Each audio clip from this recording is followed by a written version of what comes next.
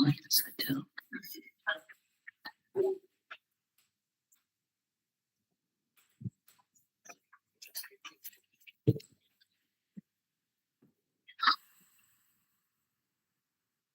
Okay. Test. Working fine. Let's admit everyone. Hello, guys. Good evening. Hey, good evening. Hello. How are you, Marcel? Good. How are you, Elijah? Yeah, I'm good.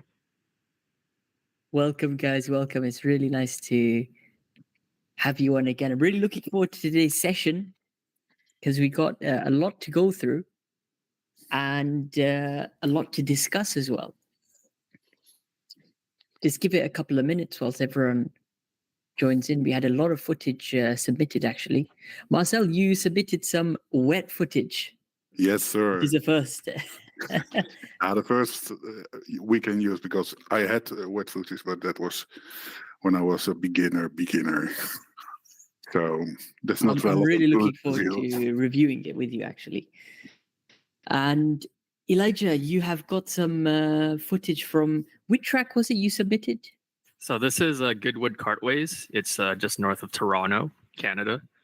Awesome. This is the rental kart league. Yeah. Some very fast people there, so I'm just wondering how I can gain some time. Absolutely.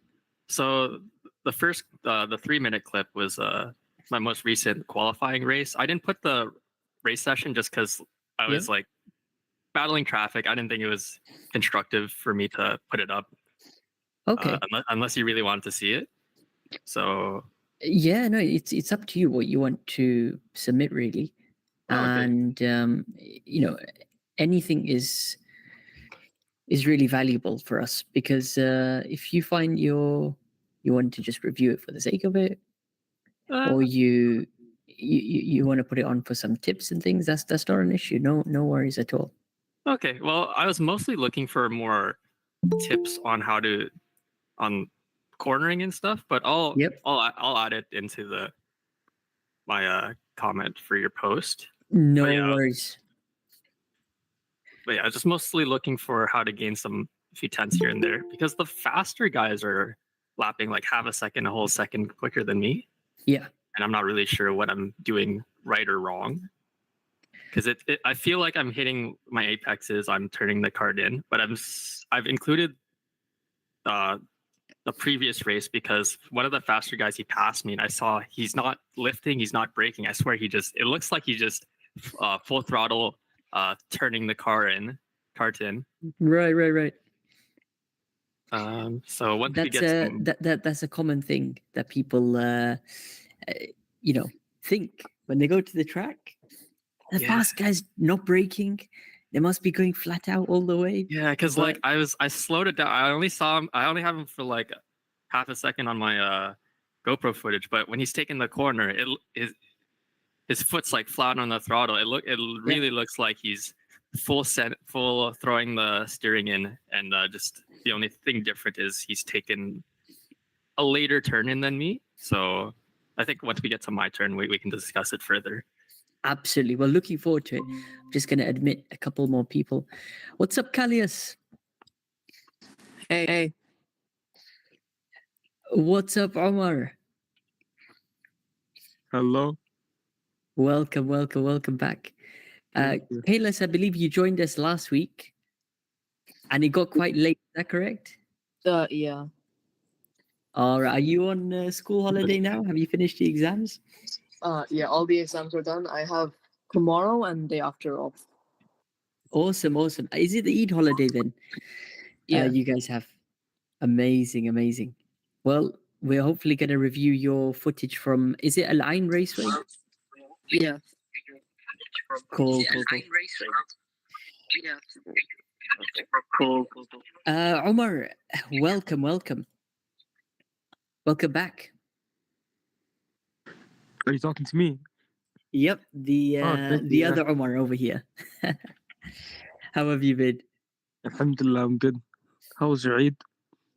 It's good for those who are wondering. Today is the Eid holiday in the Middle East. This is an annual celebration that happens, and it's a public day off from work, from school. So it's a good time to review some karting footage. Have you submitted any, or are you just joining for the session today? I'm just watching. Awesome. Well, you're welcome to come and stand by. What we're going to do, guys, we're going to get started with a couple of things. First thing I want to discuss with you all is take a look at the latest video that I put up. Spent a lot of time, took a while to actually get up. It's called How to Start Karting as a Beginner in 2024. Now, many people have asked me across the years of karting, whether it's on YouTube, whether it's when I go to the track, is how do I get started? How can I take this seriously? And I did my best to answer in a general way, based on two things: your budget and your age, because that's very important in karting. And obviously, the more budget you have, the more karting you can do. Equally, the younger you are, the more years you have ahead of you to race as well. So we tried to give you a general outline of a couple of things you can go for, whether it's rental karting, whether it's owner karting. And the purpose of this video now and the comment section of it is I want your input.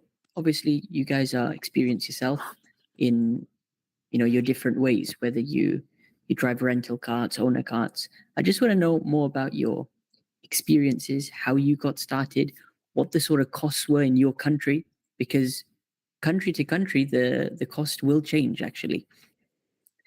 The purpose of that is we can build up basically a platform of comments. So any people who are absolutely brand new to karting, have some sort of resource there, some kind of guidance. And hopefully over time, over the next few months, we can build that up with more and more feedback. So when you got a chance and you'd like to share some of your experience about karting, be sure to just leave it there in the comments. Hi, I'm so-and-so, I race in this country. I've done this type of karting, I've tried that. Approximately, I spend this much a month on karting, and this is my plans going forward. The next thing to go over is today's schedule for track help. Who's quite desperate to go first or needs to go soon?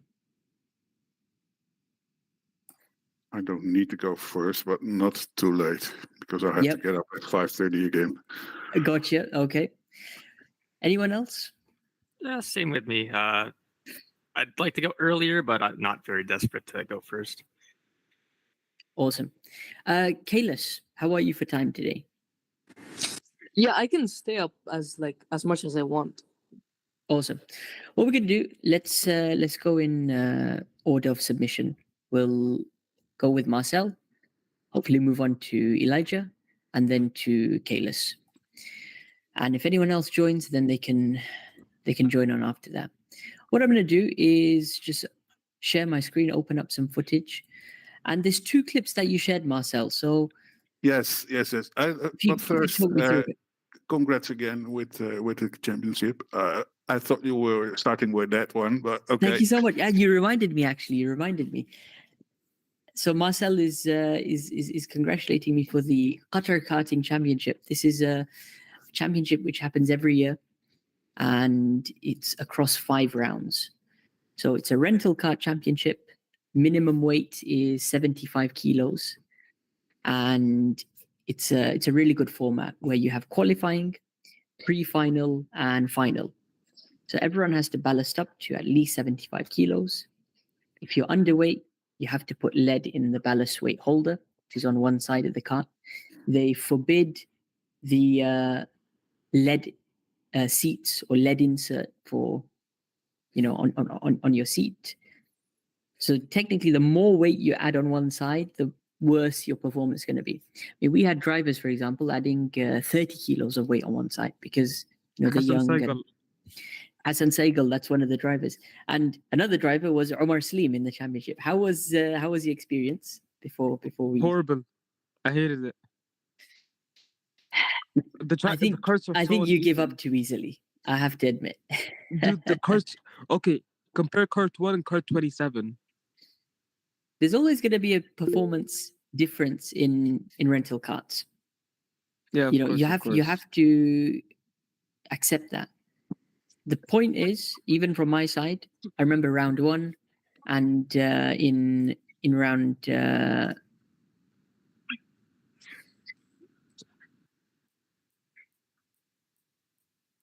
is Tech Oasis your user?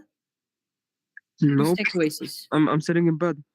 Okay, no, I'm saying who is Tech Oasis, because we're going to block people from the call now if they're going to be putting unnecessary things on. I mean, right. Anyway, so there will be cart performance difference. Round 1, in the final, I had a bad cart. Round 5 as well, the last round, I had a bad cart. Now, you get a different cart in qualifying, different cart in pre-final, and a different cart in the final. We've had instances where a driver would dominate in qualifying. He had a good cart. He also had a good cart in the pre-final, so he'd be starting first in the final. And, by his luck, he gets a bad cart. And like last season, we saw instances where the guy on pole position would then end up outside the top 10. He's a good driver. He got pole position, but the cart was that bad. Now this year, they bridged that gap in performance. It was not as bad as last year. Actually, the carts, for the amount of hours the engine has done, I mean, they did a whole maintenance week for them, changed the tires, and made the carts as close as possible where they were within a couple of tenths of each other. We've never had the carts that close. So I'd say the carts were better this year, but it's also down to the driver to get his head down, not get distracted, not get disappointed, disheartened. And you got to think of it as the long game. So in the first round of the championship, I finished 6th, 6th out of 40 drivers off the podium. It's F1 style points, by the way. So it's, 25 points for the winner. And, already if you finish 6th, you've got, I believe it's 8 points. And if you get 10th, it's 1 point. That's correct. So you're losing out already. And a lot of people after the first round as well, said, I've lost places. But you've got to think of the long game. You've got to also back yourself. Across 5 rounds, you are going to get lucky. You will get some good carts. So what happened in round 2? Round 2 went well for myself. I managed to get the victory, overall victory. Round 3 was more of a damage limitation because it wasn't the best of carts. And, by a miracle, I brought it home for P3. But that's just, picking your right fights. What happens in a race is if you try and defend from lap 1 against a quicker driver, you're going to hold him up for a lap or 2, but eventually he's going to pass you. But in all Just that quick time, question. What happened in round 5 with Gabriel? We'll come to that. We'll come to that. So what will happen is choose your battles. If a guy is clearly faster, you might just be better off letting him through. What happened when I did that in round 3? He was able to go off on his distance, do his own race. But the people behind me, I was able to keep at arm's length. I was able to control the situation. Round 4 then was also very positive. I managed to get the overall victory. And, 3 rounds of first, third, and then first will set you up to finish strongly. So I had a healthy lead going into the final round. Now, the person in second place, he didn't have the rub of the green. He lost a lot of places, actually due to penalties as well. That's one thing. You want to try and stay clean. You want to stay out of trouble. So by the final round, my lead was about 23 points. So essentially, I just need to finish in the top 10. If he wants to win the race, second place. If he wants to win the championship, second place, he needs to win the race, minimum 25 points. The 5th race was very chaotic. It seems everyone let all the aggression out there.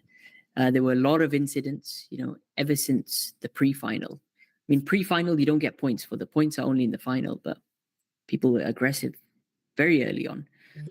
We had an instance where, somebody tried to, in my case, they tried to overtake me around the outside. They ran out of road. They continued going off the track, and then there was a barrier in front of them, so they didn't back off. They ended up going through the barrier. So things were very aggressive in the last round, but fortunately we managed to stay out of trouble and overall get the championship win. I think the championship was won in round 2, 3, and 4, those consistent finishes, topped by people who are competing against you, also getting into trouble with penalties, with incidents, with crashes. So you really got to think about the long game when it comes to a championship, and think about, how can I do my best effort in every round and not give up, over the slightest thing, whether you get penalized, whether you get a bad card. You've got to keep on fighting. That's the name of the game. So I hope that provided you some insight, and thank you, Marcel, again for your regards. Amar, I just wanted to ask. Go ahead. What was the practice race like for you? Because that's what I really want to know. What it was like for you. Yes. So what happened? The following day, we had a practice race in owner karts. Now, in owner karts, this was the last track day of the season. So they said we're going to do a practice race. It'll come soon. Anyway, in the practice race, I didn't change my tires. I said, last set of tires, they're already dead. Let's drive it till the tires explode. So it was the opposite. There was no chance to get pole position. In fact, I think I was about 3 or 4 seconds off pole. But it was survival for myself, on completely worn tires. How far can we bring them? Now, what I found over time is it was like driving on ice towards the end. There was just no grip in these tires. Thank God, we're done with the season. We can throw those tires away now. But it was definitely a good experience learning how to handle a kart like that. How was my driving? Because I know I was in front of you. You did well. I think for your first, it was your first practice race you did, right? Yeah. Yeah. I think you stayed out of trouble, which is very important. You didn't get involved in any incidents, because that can easily happen in owner karts. And especially with the rolling start, which is how the format is. You have 2 lines at the start. Everyone goes, full gas into the first corner. Normally there's a bit of contact like that. But you stayed consistent as well. So I only lost 1 position to a DD2. Did you get tired towards like the end of it was 12-lap race? Did you get tired towards the end? Yeah, my hand, because I was gripping onto the steering wheel really hard because I was pushing it. Right. So my palm you'll feel that really hurt, and I got blisters and I have I have blisters all over my hand. Because what you can do, and this is an advanced tip you can try next time, is on the straights, loosen your hands. Oh yeah, I take off my hands completely. You got to just loosen. If you're too tight, you will get cramps and pain over time. My hand was so tired, especially my left hand, that I even took at some point I took turn 1 with 1 hand. Wow, you must have been very exhausted. But then that's also racing sometimes. That is owner karts. It's going to be physical.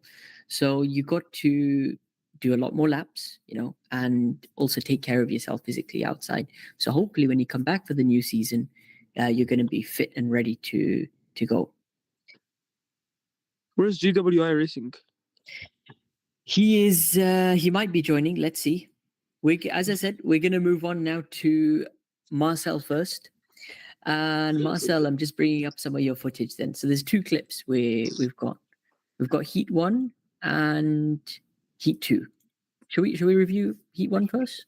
Yes, please, because the time difference is 40 minutes in between the heats.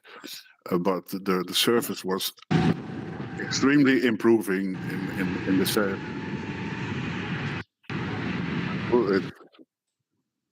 Just give it a second. Hello, Stevie. Welcome. Can you hear us? Yes, thank you. Are you all right? I'm well, thank you. Thank you so much for joining us again. You're becoming a regular on this track help, and we're happy to have you. Stevie, do you have any questions or anything you wanted to go through? No, I'm just participating or watching. Awesome, awesome. You're welcome to join. Now, Marcel, I'm just trying to fiddle with the quality over here, but this looks amazing. Talk me through this this track and this day. No, it was raining cats and dogs in the night. Obviously, you can see the pools on the side. Wow, wow, wow. So I was really struggling to find some grip. Yeah. Notice this rumble. This is important because when I steer in the rumble, I directly have grip. It works like a rain tire. So the outside of the track where the rumble is, that was very grippy for you. Yeah. So I choose to drive on it. So it's not because I'm way out of line, but I choose to drive on it. Yeah.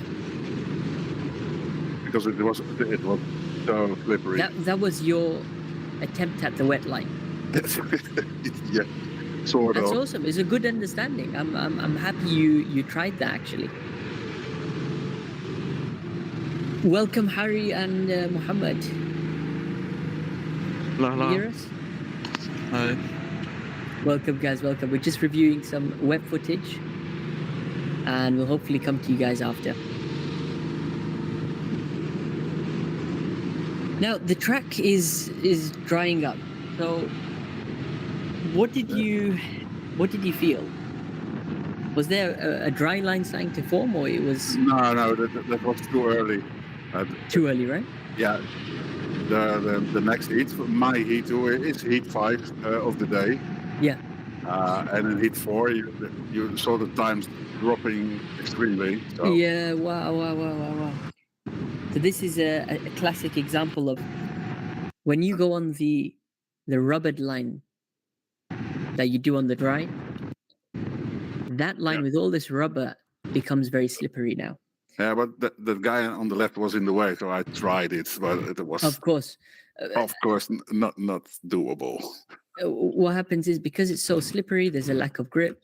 Try and turn, and then the tires are obviously just they're not wet tires. There's no grooves. And he was scared of me.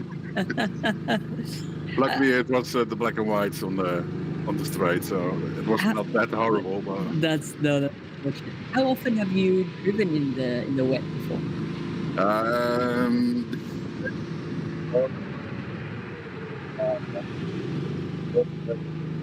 Karting just after the summer 2023. Okay. But I was really bad in karting alone, so I didn't know what I was doing then. So those wet lines. Of course, I saw your videos about it. But you've seen the video about the wet line. Oh, absolutely, yeah. Awesome. Yeah. But I'm not really experienced in the wet lines. You know. And the fun thing is, I was overall fastest of all 5 heats, and there were.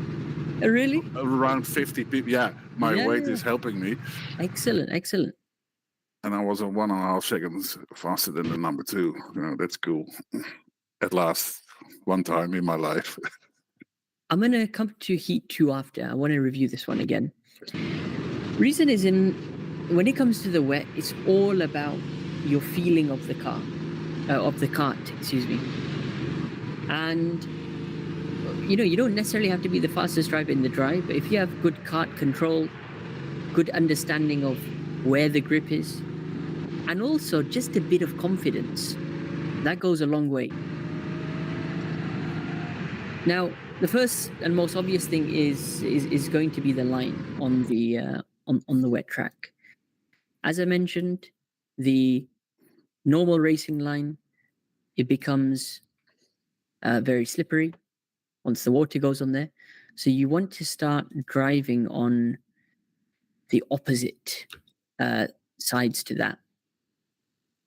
Let's try and go to the start line, for example. Bring up my pen as well. So it rained quite heavily, as you mentioned, and you'll notice that on the Oops. Just give me 1 sec. Let's get this highlight on.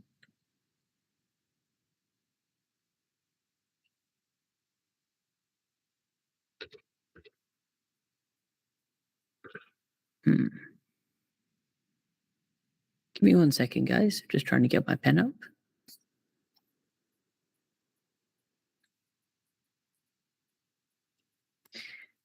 Let's just try and restart it.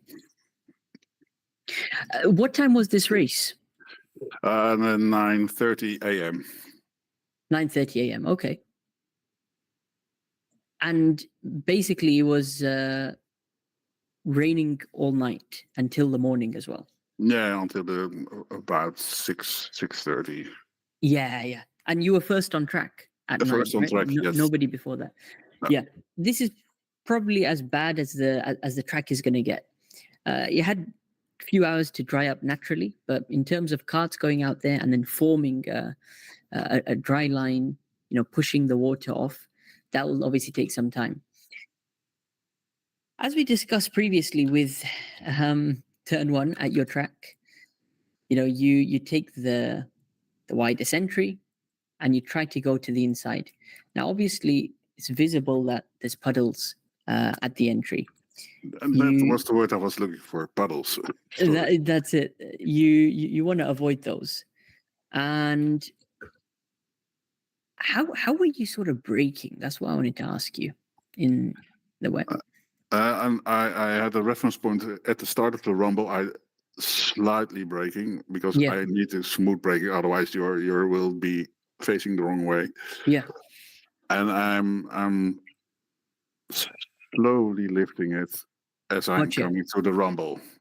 I could be a bit more on the outside line in this case, but there are some habits in my driving I need to get rid of. Do you have the name of your track again? How do I spell it? Eefde. EEFDE. And then cards. Yeah, we got it. EEFDE, right? That's the one. Super. Firstly, I just want to quickly show you the line that you want to take for the first corner. First corner is this one, right? Yeah. Cool. In the wet, we want to try and stay as wide as possible on entry, avoid cutting to the inside onto the slippery rubbered in line, and go towards the outside of the track, almost where the grass is, where the rumble strip is. Stay nice and wide and use that runoff on exit. You got all this grip there, so use it. We don't want to go anywhere near the inside. The only time you'd go to the inside or try to get on the inside curb is if there was, some kind of surface change and you're able to comfortably cut there and drive without understeering. See, what happens is a lot of people in the wet try to use the inside curb. So they try and rotate the cart deep into the corner and cut back to the inside. And the reason they go onto this curb is it actually has grip, which is true. But if the surface which you're currently on is very slippery, it makes no sense to, try to go to that side. I mean, you can see how much you're turning your steering wheel, right? And that's just understeer. So don't fight the cart. Don't try and force it to go to parts of the track. If it's going to go to the inside, it'll go to the inside, if the grip is there. Otherwise, as we said, continue in a straight line on the outside and stay to the outer part. Yeah, I'm a bit off there. As you mentioned, maybe there's a bit more of the road you could have used there, but I'd say this is a good effort. The only thing you want to change now in the wet is your braking, and it's the technique which we call human ABS, right? It's where we're pumping the brake. So rather than applying the brake in one go, right? Hard brake or trail brake, you're actually going to pump the brake. So you press it once, you release. You press the foot down again, you release. You press, you release. You press, you release. And if you can do that quite vigorously, the cart will go from understeering to then gripping, right? As we said, it acts as ABS. You're giving human ABS. It stabilizes the cart when there's no grip. It's just something which is, a bit difficult to explain from a video, but when you actually do No, it, I on the definitely track, understand. yeah. I know, of course, how ABS is working. So yeah, when you actually do it, let's say on this wet track over here, you'll feel the cart initially step out on you, but as you Yeah. pump the brake more, it'll stabilize. And that's how you actually win lap time under braking. Because what will happen, the cart will stabilize very quickly, and then you're easily able to recover it, get back onto the accelerator. What's happened here, for example, is you're pressing the brakes nice and early in the corner. So boom, before the rumble. And then you're holding the brakes. So this is almost a coasting period because you can't be too aggressive with the brakes in the wet. no, definitely Once you lock the rear and then it's a slippery surface, the whole cart's going to 360. So you're having to be quite cautious with how you apply it. If you compare this to a lap where you would be pumping the brake, you can slowly build up and start being aggressive, and do more motions of that on, off, on, off, on, off. You'll gain lap time on entry. Line stays similar to the outside. And, I'm not sure. I mean, this was a race, right? It was no. I'm only doing qualifying. a qualifying. Were they strict about the track limits here? Because No,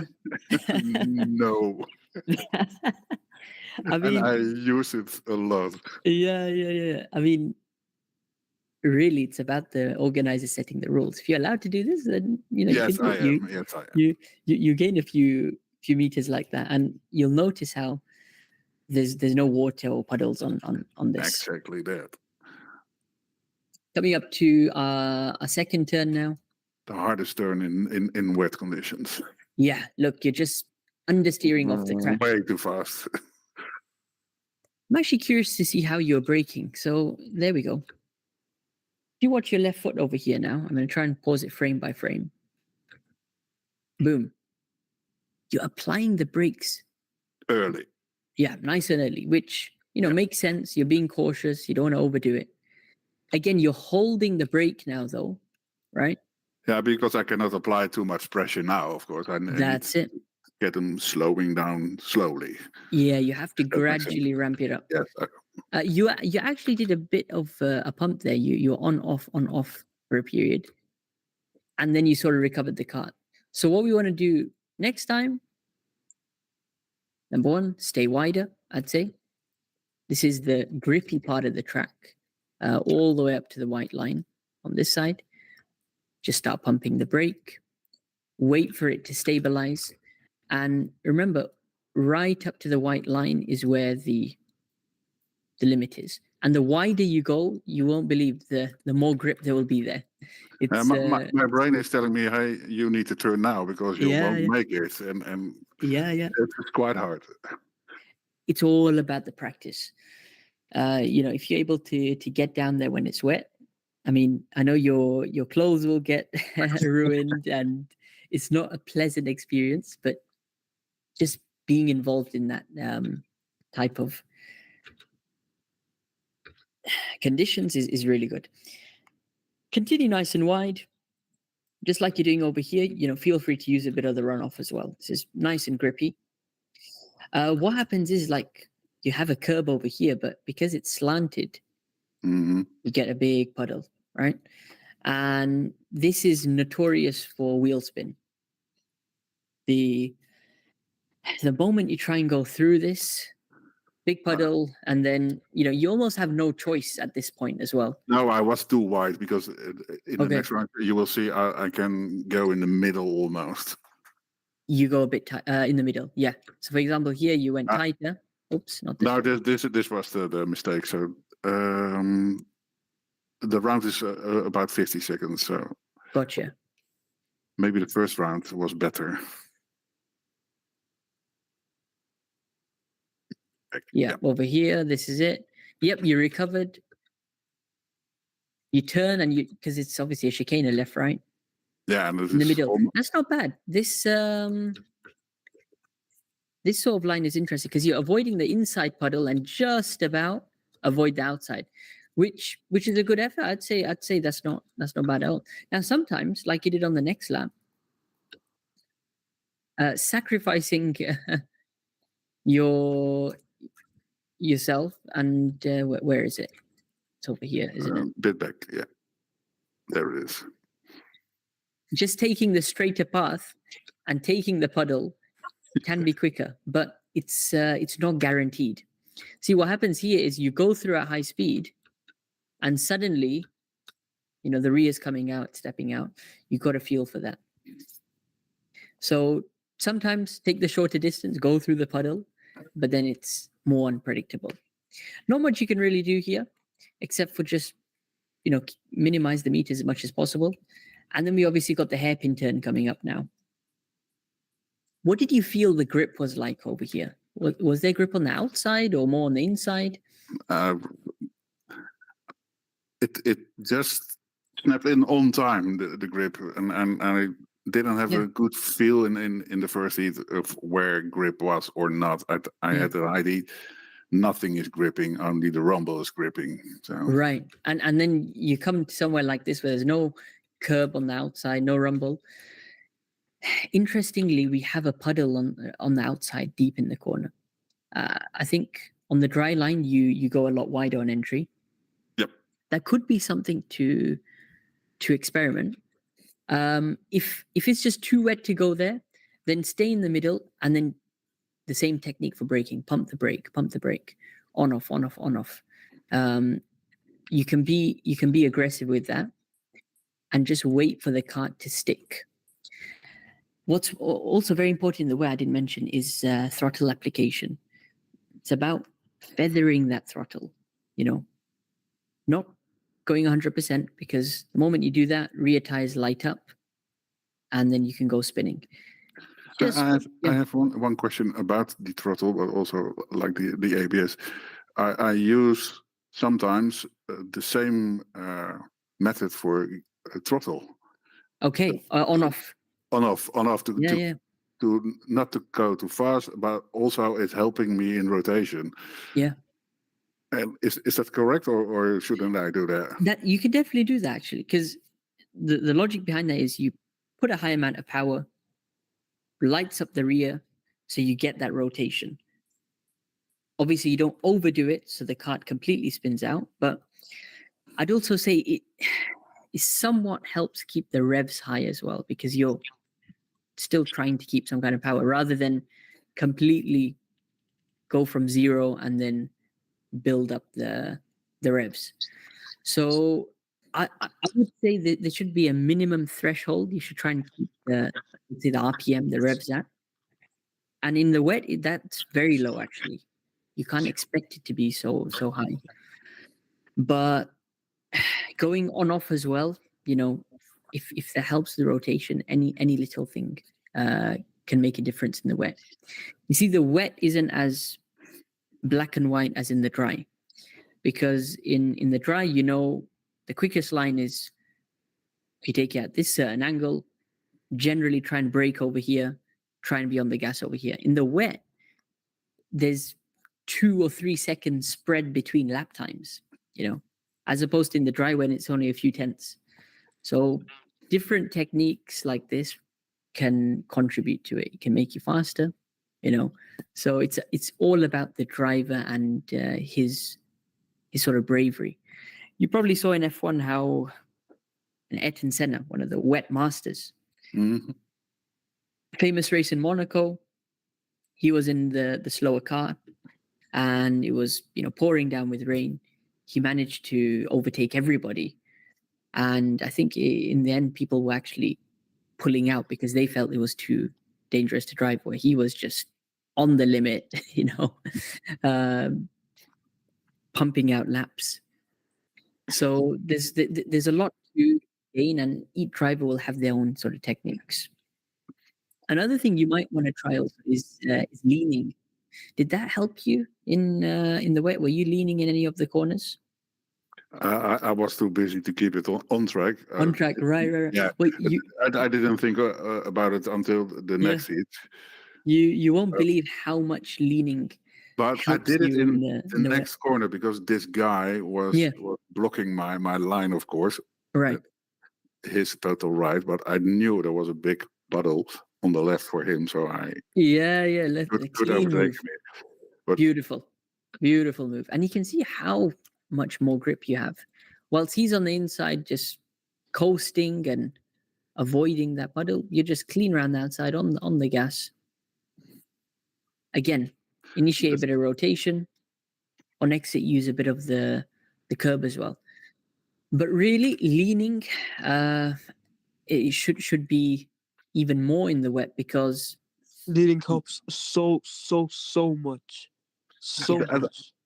in my head, and of course you will be right, but in my head, I don't want to over rotate. I don't want to have, because I'm sliding, but I'm afraid I will turn around like heartbreaking when I lean too much.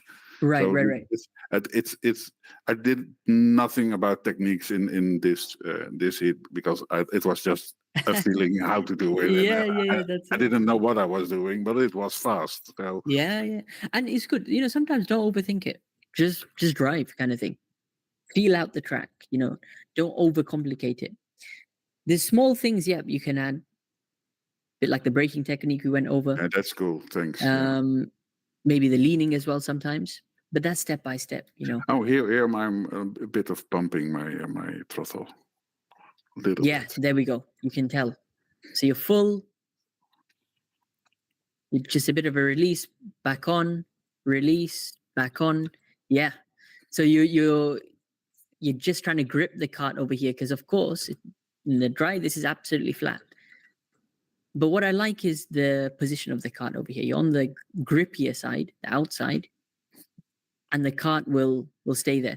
You also got to understand you're on slick tires. This adds to the challenge in a big way because it's like they're ice cold. There's no temperature in them, and they're just going to slide. the tires are not going to grip. I didn't send the first part of the heat because I was really terrible at trying dry lines and things like that. So I was wondering why it's so short, actually. It's the cutoff of the GoPro. I'm filming in 4K 60 FPS, so it will cut off at 4 gigs. Oh, so, gotcha. That's and that's also the second part is also the second part of heat 2. Yep.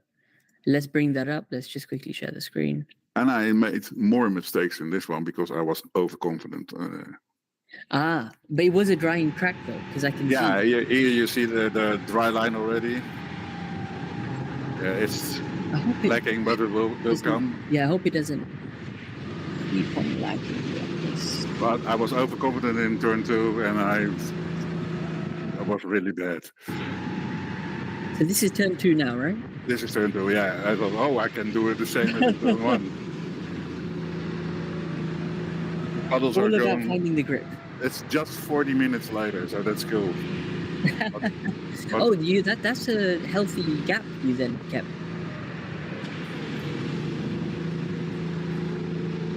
Whoa.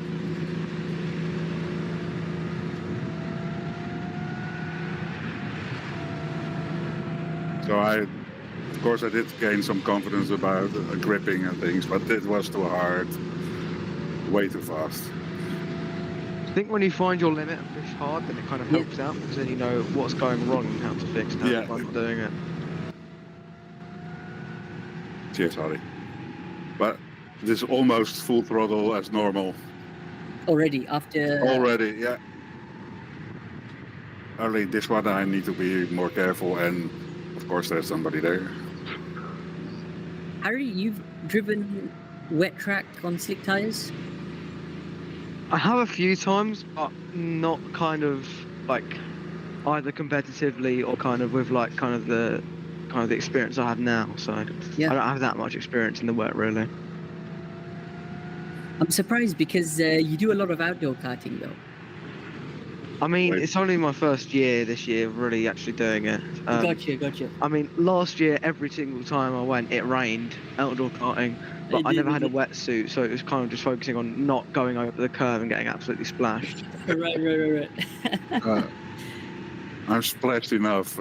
Yeah, how were your clothes after this? My wife was happy. Let's leave it there. So there's a wetsuit you can get. It's an overall, and maybe your track had it actually. A wetsuit. Did they have any in the? I think so. Yeah, I think they do. But I thought it was it isn't raining anymore. But Yeah. So that just helps you with, trying to stay dry somewhat. Takes all the impact. Straight away, you can when it's a damp and drying track, always look for the lighter patches. So the lighter patches is where the dry where the part of the grip track is, yes. and you can see on the inside still it's quite wet. There's a natural line being formed now, so A bit too hard off the curb. yep, it's crazy how just a touch of the curb at the wrong angle throws you off for this corner and then compromises you for the next, and you're almost off the track like that. It's insane in the wet. But look at the inside over here now. Much tighter, right? Through the final two corners. Oh yeah. Is feathering the throttle there as well. Yeah, but it's still wet in that one, and here it's drying up again. So yeah, this full speed almost. So I did a lot of mistakes in this one, but I was confident that this term would be better and better, but it didn't. That's turn 2, you're saying? Turn 2, yeah. Turn 2 is very interesting. No, it's not. It's annoying. It looks like... See, it hasn't completely dried, no. But the inside is very, very, very shiny. You'll notice over here. Yeah, I didn't go there, no. All the way wide though. Sometimes this is just the only way. I'd say this is a much better effort. What's happening on entry? You're initiating an early turn. Hard brakes. Get the rear to step out. Aggressive turning. In the wet also you need to be more aggressive with your steering. You know how we say in the dry, try and be smooth as possible. Yeah. Here you have to be aggressive to, number one, for rotation, and also to slow the cart down. So when you do an aggressive turn to the right, like you're doing over here, and then you hold that steering angle for a few seconds, you're scrubbing the speed off the tires, and eventually it'll grip as it does to the outside. That, in my view, is probably one of the best ways to take this corner. In the wet. No puddle on the inside there. No puddle on the inside for the right. Still a lot of water there on the first hairpin. You can just see. Yeah, I was overconfident because this was the dry line almost. So yeah. No way. I think what's good about you though is you're taking risks, right? Normally in the dry, I see people they don't push at all. They're just really afraid to lose the cart, and of course that's understandable. Like the driver on the outside over here, you get stuck in the grass. But what you've done here is, you've gone too aggressive on entry, but you're able to catch the cart out just in time, and continue on, keep the revs up. So you're they put it too slow. Yeah, you can hear it on the rest. The yellow flag situation, basically. Okay, you intentionally slowed down. No. They slowed all cars down remotely. Automatically. Yeah. Okay, right. So they have that system at your track. Yes. That's amazing. Obviously, they're retrieving that cart. That's why they. Yeah. A lot of kids as well, so. Safety first. So was this it's not a race, so. Almost off.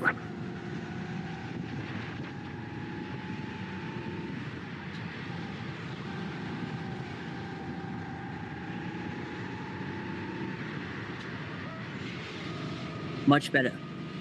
More this pumping rotation. gas. Yeah. That's it. But the problem is the inside is just too slippery now. Pause it here. You can see the surface difference. Or the Yeah, it's reflection. really bad. That's why you're going to get thrown off wide.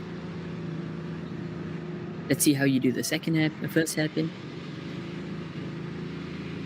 It's okay. Yeah, much. So the revs were higher. It gripped in there, so I could easily go to the new outside.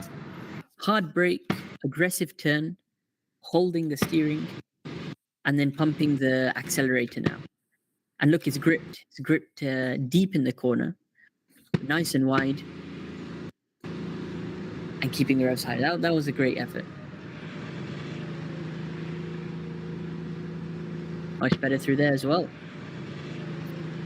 Yeah, I would like to do that in all dry. This was one of the quickest laps, I think, right? Yeah, definitely. So what happened here? You did the same thing as the first hairpin. So you controlled it on entry. Aggressive turn in, hard brake, pump the gas a little, get the kart to grip. Find the dry part of the track. That's the middle over here. Lighter patch. Clip the inside. Again, too hard on the curb. Yeah, just a bit too hard because you've gone too aggressive when the outer control here. You can hear it also on the tires. Yeah. You're really having to turn 180 degrees, yes. And the car's just going in a straight line. There's just too much entry speed there. Final couple of corners are very dry now. This is dried up nicely. Yeah, well, here I get a nice visit, and he even didn't have the courtesy to say sorry or something. And I don't what. That's why I'm waving my hands. So what? Yeah. What the f are you doing? Yeah, that's right. So I was too aggressive to regain on him. So that was my mistake. But he pushed me basically off because I saw him coming, and I had to go in the grass. Yeah.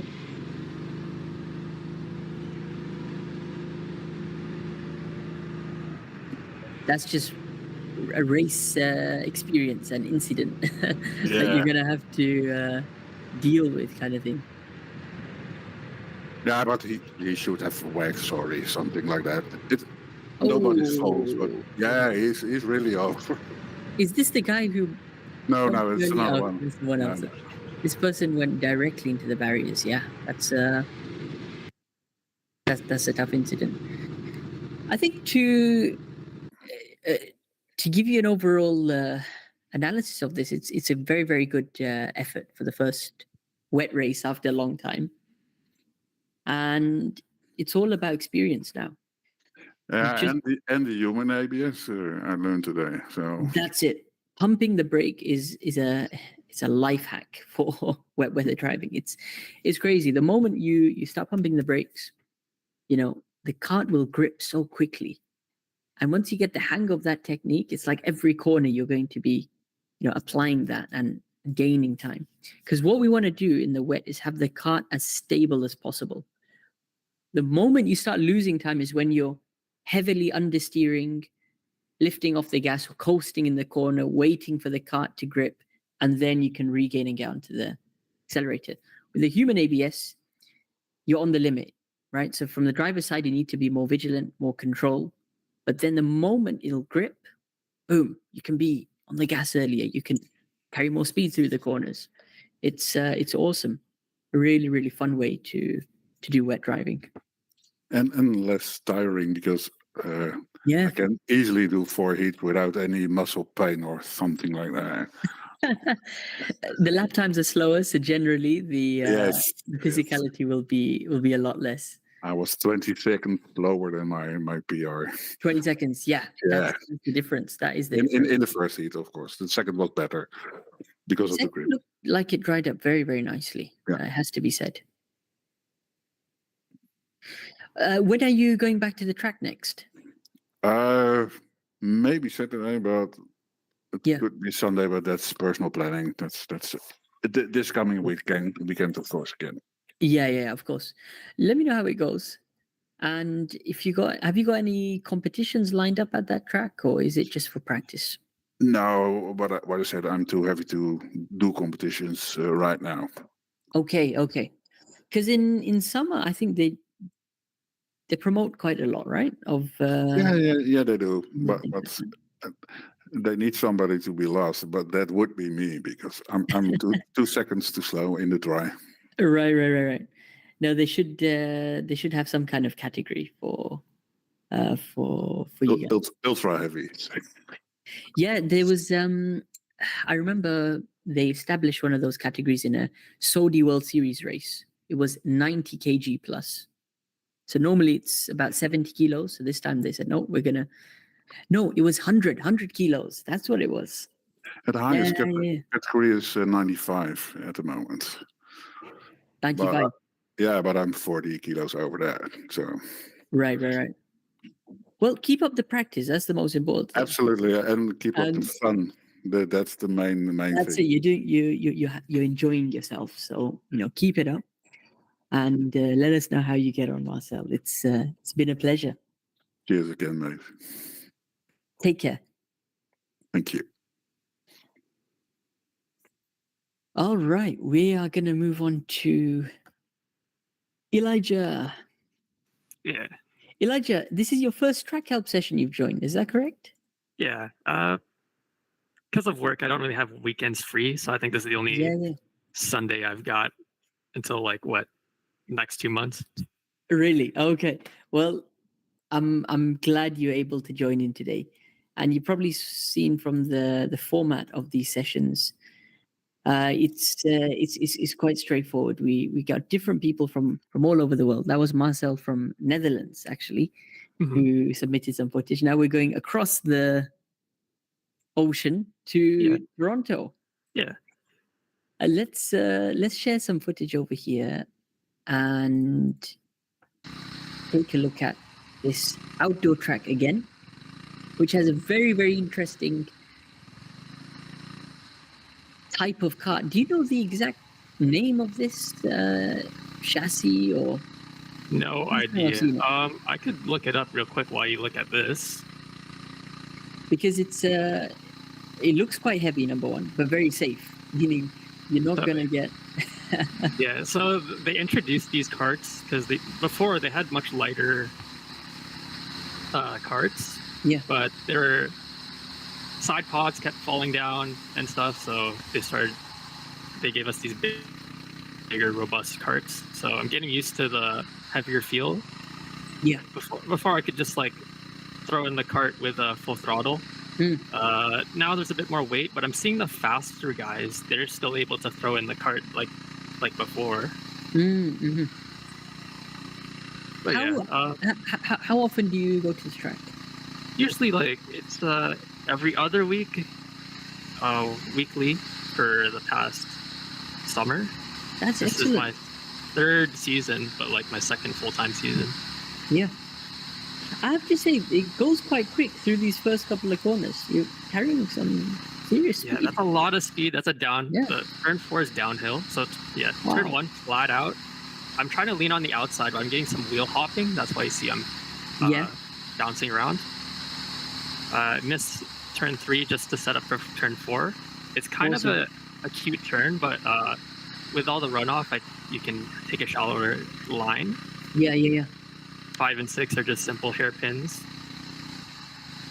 Excellent. In the dry, you can just throttle off and turn in. But like Marcel's session, today was very wet, dry. Ah, okay. Was it raining on the track before this, or? Yeah, it was light showers right before this, and this qualifying session was very dry, but it was still very slick. So no water, just Yeah. It's just not rubbered in. Exactly. I'd say this is an awesome layout. What's the name of the track again? Goodwood Cartways. That's a Goodwood Cartways. Okay. Just want to say you look really fast. Thanks. Too bad the times don't really match up. No, that's coming. That's next. Yeah. Goodwood Cartways. This is wow. This is in North of Toronto, it's in Stouffville or Aurelia, whichever town it is. excellent. And it's a big track, to be fair. Is it 800 meters, you'd say? I have no Or idea. more than that? This is the only outdoor karting track I have, so I don't really have a reference. Yeah. But yeah, it's a sizable compound. So basically, this is turn 1, Yes. 2, 3, 4, and Yeah. then 5. Just give me 1 second as we admit glow. Awesome. And then we got the 2 hairpins over here into a mini chicane style corner. Yeah. No. No. We turn You off go the to the left first over one. here. So this is a Yeah. shorter layout. Yes. Welcome, Glow. Can you hear us? Hello, hi. Welcome. Do you have any footage you submitted? Yes, I send you Awesome. Sure. What was the name under? I will look. Is it Jacob? Yes. Jacob, welcome, Jacob. Yes. Jacob, we're just going through Elijah's footage. Mhm. We're going to go to Kalis, then to Harry, and then we'll come to you after that, all right? Okay. Awesome. Just stand by whilst we go through this. Yes. So, Elijah, looking at the overall layout, where is it that you're most struggling with out of these corners? I thought I was fine with turn 5, but like I said in the other video, I see the faster guys take wider entry and turn later while keeping the foot down. This one, right? No, that's 4, 5. The hairpin. This one. And then the penultimate little left right into the final. Because for that one, I kind of just keep my foot down and throw it in, just to try and keep the revs high. I don't know if I'm scrubbing off too much speed or what, but yeah, it's kind of been how I've been taking the corner like this whole time, and it's just a habit now. I don't know if I'm losing time because I'm struggling or if that's the actual fast way to do it. Gotcha. Let's deal with turn 5 first. Now, this is a typical hairpin turn, and if we go back to your video, just want to see. So this is the hairpin, right? Turn 5, Yes, we're approaching. What I want to look for is on exit, you've got an exit curb, and then you've got enough time to build up speed and set up for turn 6. Yeah. So the way you try and tackle this is with a most typical hairpin line as possible. So what we try to do is go deep into the corner and go for a late apex, so a sharp late turn-in. And by taking a late apex, we're able to minimize the meters on exit and build that speed back up in preparation for turn 6. Yeah, now that I'm seeing the top down view, I've been using my turn-in before was if you can remove the yellow. Yeah. Right as right where your pen is, that was my turn-in. But now that I'm looking top down, I see I'm turning in way too early. That's it. The moment you start turning in, let's say from about here, you'll hit a mid to early apex, and then you'll end up going wide on exit. I see, yeah. And looking at the overhead view as well, it gives you a perspective of, how tight these kinds of corners are. So zooming slightly out, you can see for comparison, like turn 1, which is comfortably flat, right? Yes. The fast left. Compare it to something like this.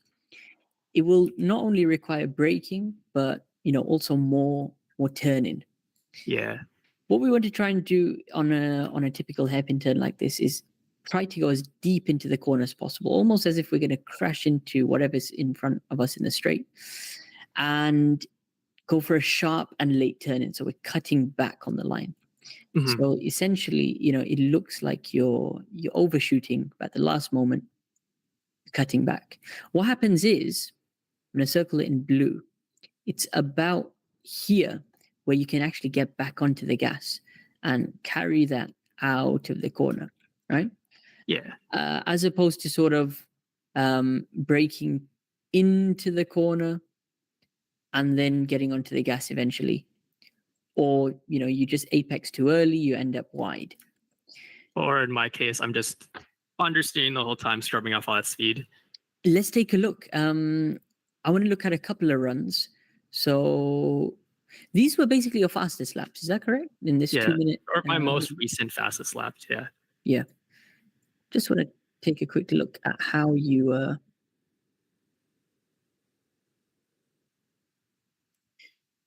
But yeah, it looks so different at track level because when you see at a track level, you think 5 and 6 are the same radius. But now that you've shown me top-down view, 5 is much more sharp than I thought it was. Yeah. Well, what happened here? I'd say overall, this is a very good effort. Now, first thing we're looking for is where you were turning in. We have a nice reference for the curb over here. As the curb starts, you've gone in half a meter or so, and you're turning in early, right? Mm-hmm. So what happens when you start turning in early? You anticipate the inside apex. And I'm pointing at an earlier apex that I need to. I get you. That's it. So then, I think you're also using your brakes to turn over here. You're quite hard on the brakes. Is that correct? Yeah, because like I said, it's slick right now. When it's dry, I can just either lift off. I can even stay on the throttle when it's dry. Because these carts have very good front turn in, at least. Yeah. That's what I think it is. So, but yeah, go ahead. What you've done over here is turn in early. You've brought the steering wheel back to the middle. You're trying to correct, bit of oversteer that you're getting, and you're achieving, I'd say, an early apex over here. Right, we're quite early in the corner, early to mid apex. And what's going to happen is the exit speed now, it's going to get compromised a little. If we had the audio on as well, you'd heard that there was a period over here where you're actually coasting in the corner. So you're not on the gas, you're not on the brakes. You're trying to stabilize the car. You're feeding the power back down over here. You've lifted off now ever so slightly. I think you might have hit a bump, or I'm not sure why. There's a brief lift where the revs cut out. And then you went 100% over here on the gas. Yeah. Do you recall what happened there mid-corner? I may have touched the curb, but this is also... Wait, is this the outlap? If this is the outlap, it's me trying to build up a gap from the cart in front of me. Yeah, this is. So you're just trying to keep a distance? Yeah. Okay, gotcha. So I guess fast forward like 2 minutes in, I guess. Of course. Because it's my third lap is the fast one. Let's just take a look at the progression of this now. So through the first sector again, coming up to the hairpin, hard on the brakes. Yeah, still hitting the same early apex. Yeah, I do think the track is a little slippery here because there were a lot of corrections. So you're correcting from left to right to left to right. Was there just no grip you felt? That, and I'm still feeling the track. The next two laps, I just do a quick oversteer correction, and I'm mostly straight for the steering. Awesome. Let's fast forward then to lap 2. One more time, nice and early. Yeah. So you're trying to be smoother with the rotation there. Again, you're turning in early. You're getting the rear to step out. I think that there was a bit of brakes you were using here. Is that correct? Yes. Get the rear to step out. In this case, it's just a bit excessive on the counter steer side. You see how we're going almost 180 degrees to the left? Yeah. Catch the cart. So the moment we do that, we're actually losing time. We're scrubbing the tires over here. And we've also missed any kind of apex when we're a foot or two away from that. Okay. But again, you're pushing. You're trying to get into the rhythm over here. I can understand what you're going through. This is the third and final lap, right? Over here? Yes. Awesome. Out of turn 4 onto turn 5. And that's probably as well as I've seen you do it. What did you notice there? So we watch it one more time. Well, most obvious, I'm closer to the apex. Yeah. Still using the same turn in, but it looks like I'm apexing later. Yeah. Very good spot. So you've hit the apex, you've closed the distance to the inside, you've done a late apex. More importantly is how you control the steering over here. Again, quick tap of the brakes, but notice your steering wheel this time now. We don't exceed more than 45 degrees of angle. You've kept it within that range, almost a neutral steer. You're bringing it back to the middle now. Well, actually, a slight bit of counter steering still, which is acceptable. You're on the limit of grip. You've hit a mid to late apex over here, up to the white line, and you've carried that speed through. That looks absolutely great. Now, if you're looking for that extra hundredth or two, all I'd advise, do the same exact thing over here, but just delay that turn in. Yeah. What you want to do is look ahead almost to the end of the curb on the left side. Think of that as a reference. The more or the deeper I can run towards that, the better chance I have of doing a late turn in. What's happened here is as the curb has started, we've now gone for a turn in already. Yeah, nice and early. Yes, because that's my current reference point is the start of curb. But next going forward, I'll start using the later bit of the curb. Yeah, experiment just a bit deeper into the corner. What that will do is open up the angle of the corner. So the deeper you go, the easier it will be to turn over here. You could, as you said, take it without braking. You might, lift off the gas a little. But the wider you can take the corner, the more flowing it'll become, the less steering you have to put. More importantly, the deeper we can be into the corner over here, the earlier we can get onto the accelerator as well. So you slow the cart down nice and early, deep into the corner, get rotation, and you're powering through the corner over here. Late apex, as we said. Yeah. And what you want to do is from the late apex point, so let's say this is your apex. Fast forward a frame. The later we can hit this, the more or the shorter distance we can take to the exit over there, yeah? The earlier you go, the wider you're going to end up. You're going to end up somewhere here. Yeah. Later you go, the quicker we can get to the outside curve. Let's just watch you take the final corner on this lap. I'm not sure if, we should get it over here. Yeah, so this one, I kind of just keep my foot in and kind of do a pendulum turn. Just to keep the revs up. Yeah. Bit like a Scandi flick. Pretty much. That's it. I saw one race, I saw a faster dude do that, and I've just been doing that ever since. I don't know if that's actually the faster way to do it. It's one of those corners. Absolutely. Because just by the way your cart handled there, you're able to take it. All this is about turning in the right angle and having the confidence in the cart as well. Let's bring it forward to end of the out lap. Let's say, this is the out lap? I think so. Yep. So this time a lot smoother. What I'm looking for over here, number one, the entry. The wider you can take this, look at this, you set yourself up beautifully, open up the corner to then flick the cart to the right. So you initiate, turn in. You're then on the limit of grip, right? There's also, I think there's a bit of an elevation change, right? Over here in this corner. Yes, it's slightly uphill. Up and it's banked as well, right? Yeah. Ever so slightly, is that how it is in real life? Yes. So what happens is as the cart comes over this crest, if it were this mini raise, and you're coming back down now, tires are just going to be on the limit of grip, bit of counter steering. This inside part is really the make or break. The closer you can be to the curb over here, the better. Because what we're trying to do is reduce as many meters as possible. So you set yourself up nice over here. You need to now cut to the right-hand side, similar to what you've done over here. Good effort. and more importantly, keep the revs high, right?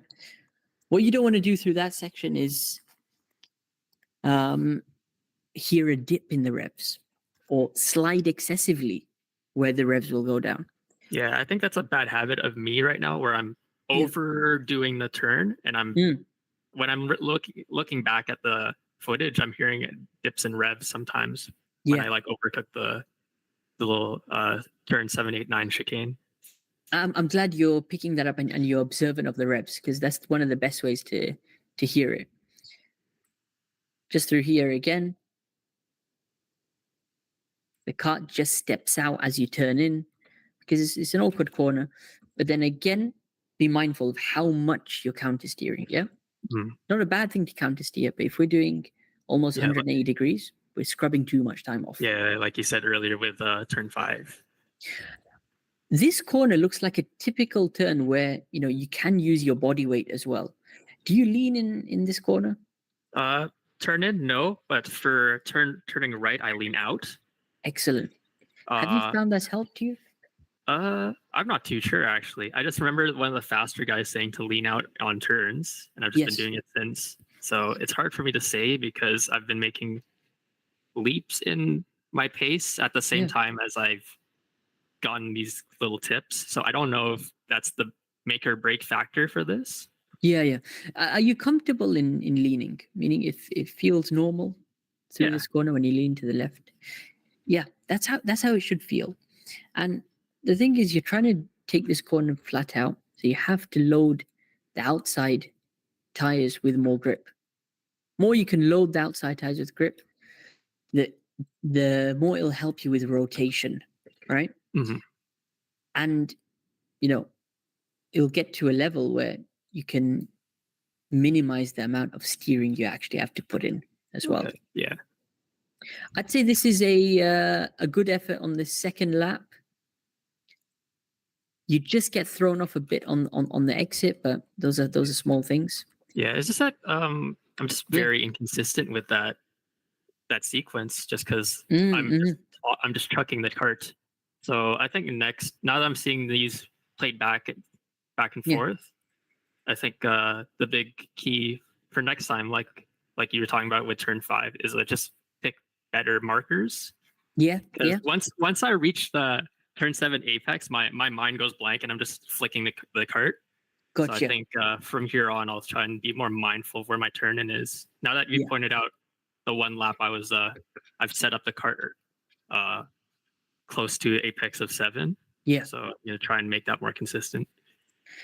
And I think if you look at references over here, what would you use just by looking at this? It's really hard because you can't really tell because the GoPro is elevated on top of my helmet, but from here it's very blind. It's a blind crest. Yeah, so turning into 7, all you see is the inside curb. So I don't really have a good picture of when the curb ends until I'm at the apex. Yeah. So I guess trying to figure out where the cart is in relation to that inside turn 7 curb. Yeah. By the looks of this, as the curb ends on the left side, right? This is a good reference for you to see, am I wide enough, number one, on entry? So sometimes you can enter it too far in the middle, right? And there's space to the outside. So on that instance, I can go up to the white line. And also, as the curb ends and then it turns to dirt or to sand, that could be a good chance to prepare to turn or in fact do the turn in. Because it's a very short period. If you notice here on this lap, as soon as we cross down the left side, flick the cart to the right. Because you're going at full speed, you're not braking, going almost beyond the limit of the tires. So you have to, catch that slide almost, because that's what it is. You're going full speed, you flick the cart to the right, and it'll naturally step out on you. So that's what you're trying to catch. Yeah. The leaning will help with that, because the more weight you can transfer to the left side over here, the less the tires are going to scrub and slide. I'm going to be more cognizant of that, because I'm thinking of leaning for this sweeper, but Okay. I kind of just don't think of leaning for turn 7 just because Yeah. I'm, like I said, it's a blind crest.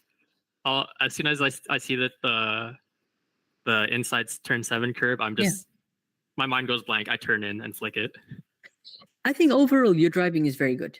You got a good foundation there, and all it's about now is just consistency.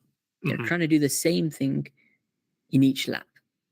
So you'll find when you get to this level where your lap times are decent, and you're trying to get to that next step, it is about eliminating these minor corrections. And overall, you probably noticed the fastest drivers there, they'll rarely make a mistake.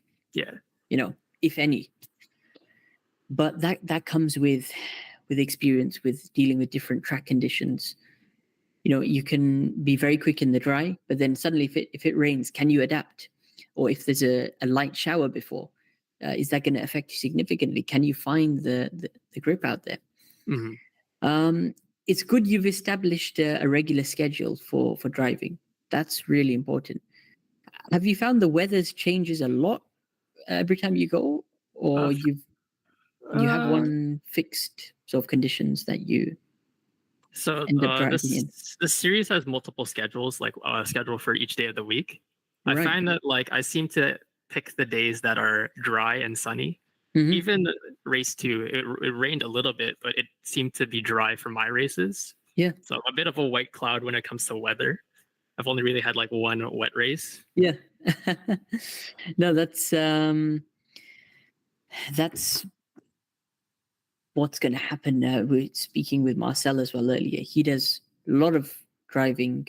Every week he's there. But it's not so often you get the alternative conditions. The moment it starts getting more slippery, the rain comes, the line will change. Your confidence in your driving will change as well. And in terms of this format that you're doing, it's a qualifying and then a race, or is it two races? Practice, 3-lap qualifying, 8-lap race. So only one race. Not bad. So I wish we had a heat race, but it is what it is. I'd also say that's high pressure because there's not many laps in qualifying, and the race seems quite short as well. Is that just 10 minutes? 10 minutes, basically? Pretty much 10 minutes. Well, I posted both of the races so far, round 1 and 2. And let me take a look. All right, let's quickly take a look at the. Right, I just saw you posted race. Yeah. Yeah. No, I missed something. I posted race 1 just because race 1. That's it. I missed race 1. I wanted to show you how the faster guys were taking turn 5, but I think you've clarified. Turn in later. Be more consistent. Yeah, that's it. Overall, you got a good idea of turn 5. Yeah. So it's just about experimenting some new things now. Yeah. Just wait for this. The lag is. So what I want to show you is around 3 minutes and 40 seconds. Okay. Because I was pretty much by myself. The 2 in front of me crashed out, and then they ended up catching me. Okay. A whole second faster than me. Yeah. But just the way they take the corner is a lot different from what I was doing. With the guy in the black suit, very late turn in. I swear he just chucked the car in. Oh yeah. Yeah, he went deep. And then orange jacket went for the move already. Yeah. So if you skip not much ahead, we can do. Yeah, if you skip ahead to 3 minutes 40, you'll get a clearer view of how he takes the corner. Awesome.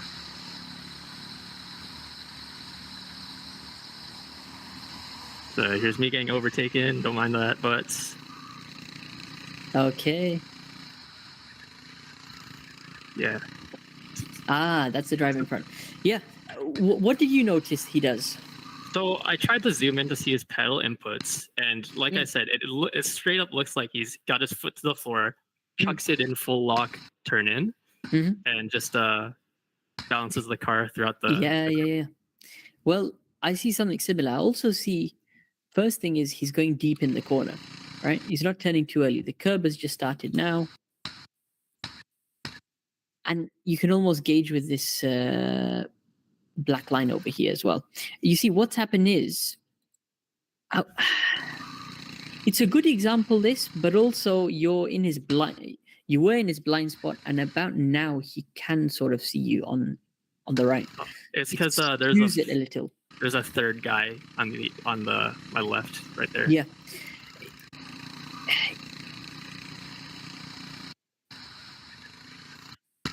It's a good bit of footage. I think he would have been a bit more aggressive, a bit tighter had he not just passed you. Yeah. Because what's happened is he's gone down the inside now, and now he has to be mindful. I don't open up too much. You know, I'll concede the position back again. He still went, relatively wide for for that case. He did. His technique is very interesting. As you said, he's flicking the cart. So what happens is, sharp turning. He's already now counter-steering the cart. And I mean, if you've zoomed in, you didn't see any braking, did you? I tried to like freeze frame it, but it looked like for all the frames I've got, he's got full throttle. I can't really see if he's braking or not. Right. It might have been a tap of the brakes. Maybe. Because the way the cart rotates, it kind of looks like seems like some sort of braking. Definitely.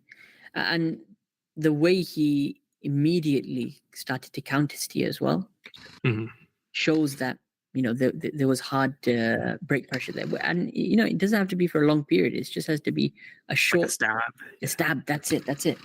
Because you're trying to use the brakes to turn the cart. That's what we're trying to do. And then he's gone. Pretty much. Because you're battling with this guy. Yeah, who gets past me anyway, so... The McLaren suit. I was wondering, is that an orange jacket or a McLaren race suit? It's a mock McLaren suit. Yeah, that's it. So this track, they don't check the what would we say, the suits like regulations. So you get like coveralls. Of course, I mean it's not an official champion championship where they scrutiny your equipment and everything. Pretty much, yeah. It's casual. No, that's awesome. Right. Should I take a look at race 2? If you'd like to. I guess that's a better display of my racecraft. Yeah, talk me through race 2 now.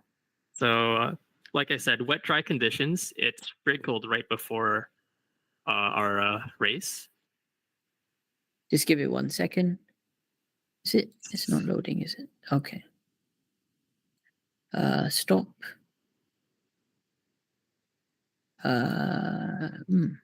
This one. So again, a cold track we've got over here. Cold track. It just rained. It sprinkled a bit, but it's dry now. I qualified third, just 1/10 behind the guy in front. Excellent. 1 second clear of the guys behind me, so I wasn't afraid of them. So I wasn't thinking of defending, but dude sticks his nose in, and then I'm just tangled up in this battle for third place the whole race. Okay.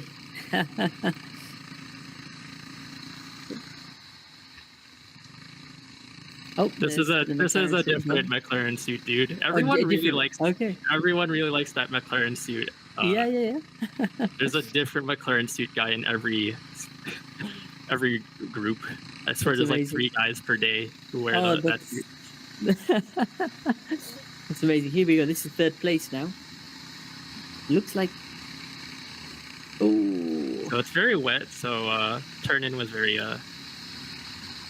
We just go wide. You understeer out. Yeah. I'm not too happy with the silver suit dude because he likes to use his bumpers a lot. He's squeezing, I can see. Yeah. So I don't want to mess up. So this McLaren suit dude is my friend, so I don't want to take him out. You're not as aggressive on him. Yeah, so I'm trying to pick my moment, but I still really want to catch the silver suit dude because I was unhappy with his overtake and him side checking me. I think you guys can work together, try and catch him now.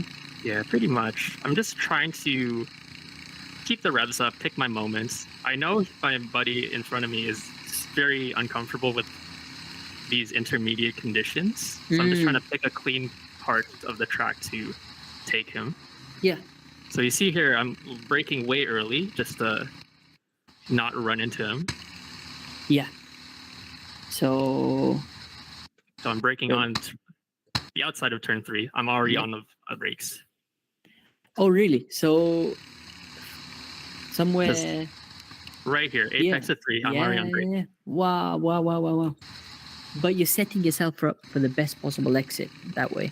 Either that or just trying to keep in touch with them, because I was on the impression that the two in front were the same pace. So I'm trying to either ease them into battling each other or trying to find a way to get past cleanly. Yeah. When you're behind, there's no point taking extra risk, braking later and things like that. Because more often than not, you'll end up in the back of the guy in front if you try and push too hard. Yeah, especially because... Oh, yeah, go ahead. Oh, no, what I was going to say is instead, if you can keep that optimal gap, what will happen? The moment will present itself. That gap will open up. And because you've got that distance, you can then react straight away. Whether it's a switchback or a dive bomb, you can take that position like that. If you're on his bumper, you can't react to those gaps that open up, that will present themselves. Yeah, it's easy to say when you're seeing this footage and I feel like I'm way faster than the two guys in front. But it's a lot different when I'm matching the guy in front and I'm trying to push all the way, and I don't want to give him an inch. You did well. You did very well to keep up. Thanks. Again, gap opens up there. You've gone for a switchback. You're putting him under pressure. He knows you're there. He's gone on defensive. the outside. I'm trying to keep the throttle pinned as far as I can. Yeah, good move round the outside. Beautiful. Here, I flick it again. But he gets me on the switchback, I think. You see his shadow there. He'll naturally get back, but that was awesome. The way you set this up is confidence to hold it around the outside. Well, actually, it starts from here. Number one, that half-meter gap. So you got enough time to react. Let's say he goes deep into the corner. He goes deep. He's gone very deep. He hasn't hit the apex at all. So what you've realized is, you've pressured him. You've switched back now. You've gone to the apex, and you're going to get a better exit. You're almost side by side. He's forced onto the defensive line. He's going to have to brake earlier. He's going to have to turn more. The corner is tighter for him. Whereas you've got the wide flowing line round the outside. As you said, you're trying to keep your foot pinned to the floor. The grip is working in your favor because now you get an awesome boost. And the outside line for this turn will now turn to the inside for... Is it turn 8 this is? This is 7, 8, yeah. Awesome. Inside of turn 8. Get on the curb a little and make sure you cover the inside for turn 9. It's fine if he switches back. On your outside, you got the inside line now, which is awesome. Let's see how you... Yeah, the only problem is I scrubbed off touching that curb. That curb is very high, and he's side by side with me on turn 1. Yo, right. So he did he's really set up a switchback then. Yeah. On your bumper, he's in my inside. Did he bump you here or? No, I went wide. You just went wide, okay. I see him in my inside, and it's very wet, so gotta give him some room. That's it. You're trying to give him that space. Here he lets off early, and I'm just more confident in this turn than him, so I'm in front of him now. Awesome. Really, really good. That's a good exit. That's a very good exit. And here, I just really wanted to get this guy. I was not happy about it. Yeah, look at that. You're gaining every corner. Try and push him on the tall curb just to slow him down. Yeah. Do the switchback on the straight. It's straight, and then he turns into me. I was not very happy about that. He's one of those drivers who's very aggressive. He'll fight for everything. And then I just touring car him. Way. Is your friend close to him now? McLaren Sue? Yeah. Because you guys were battling hard there.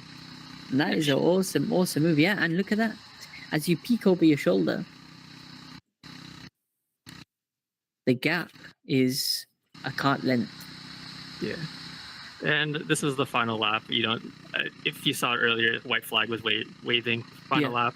GoPro cuts out because the way the GoPro is, Yeah, that's which right. is good because you don't see me give him a very aggressive gesture after. Okay. No. It's all a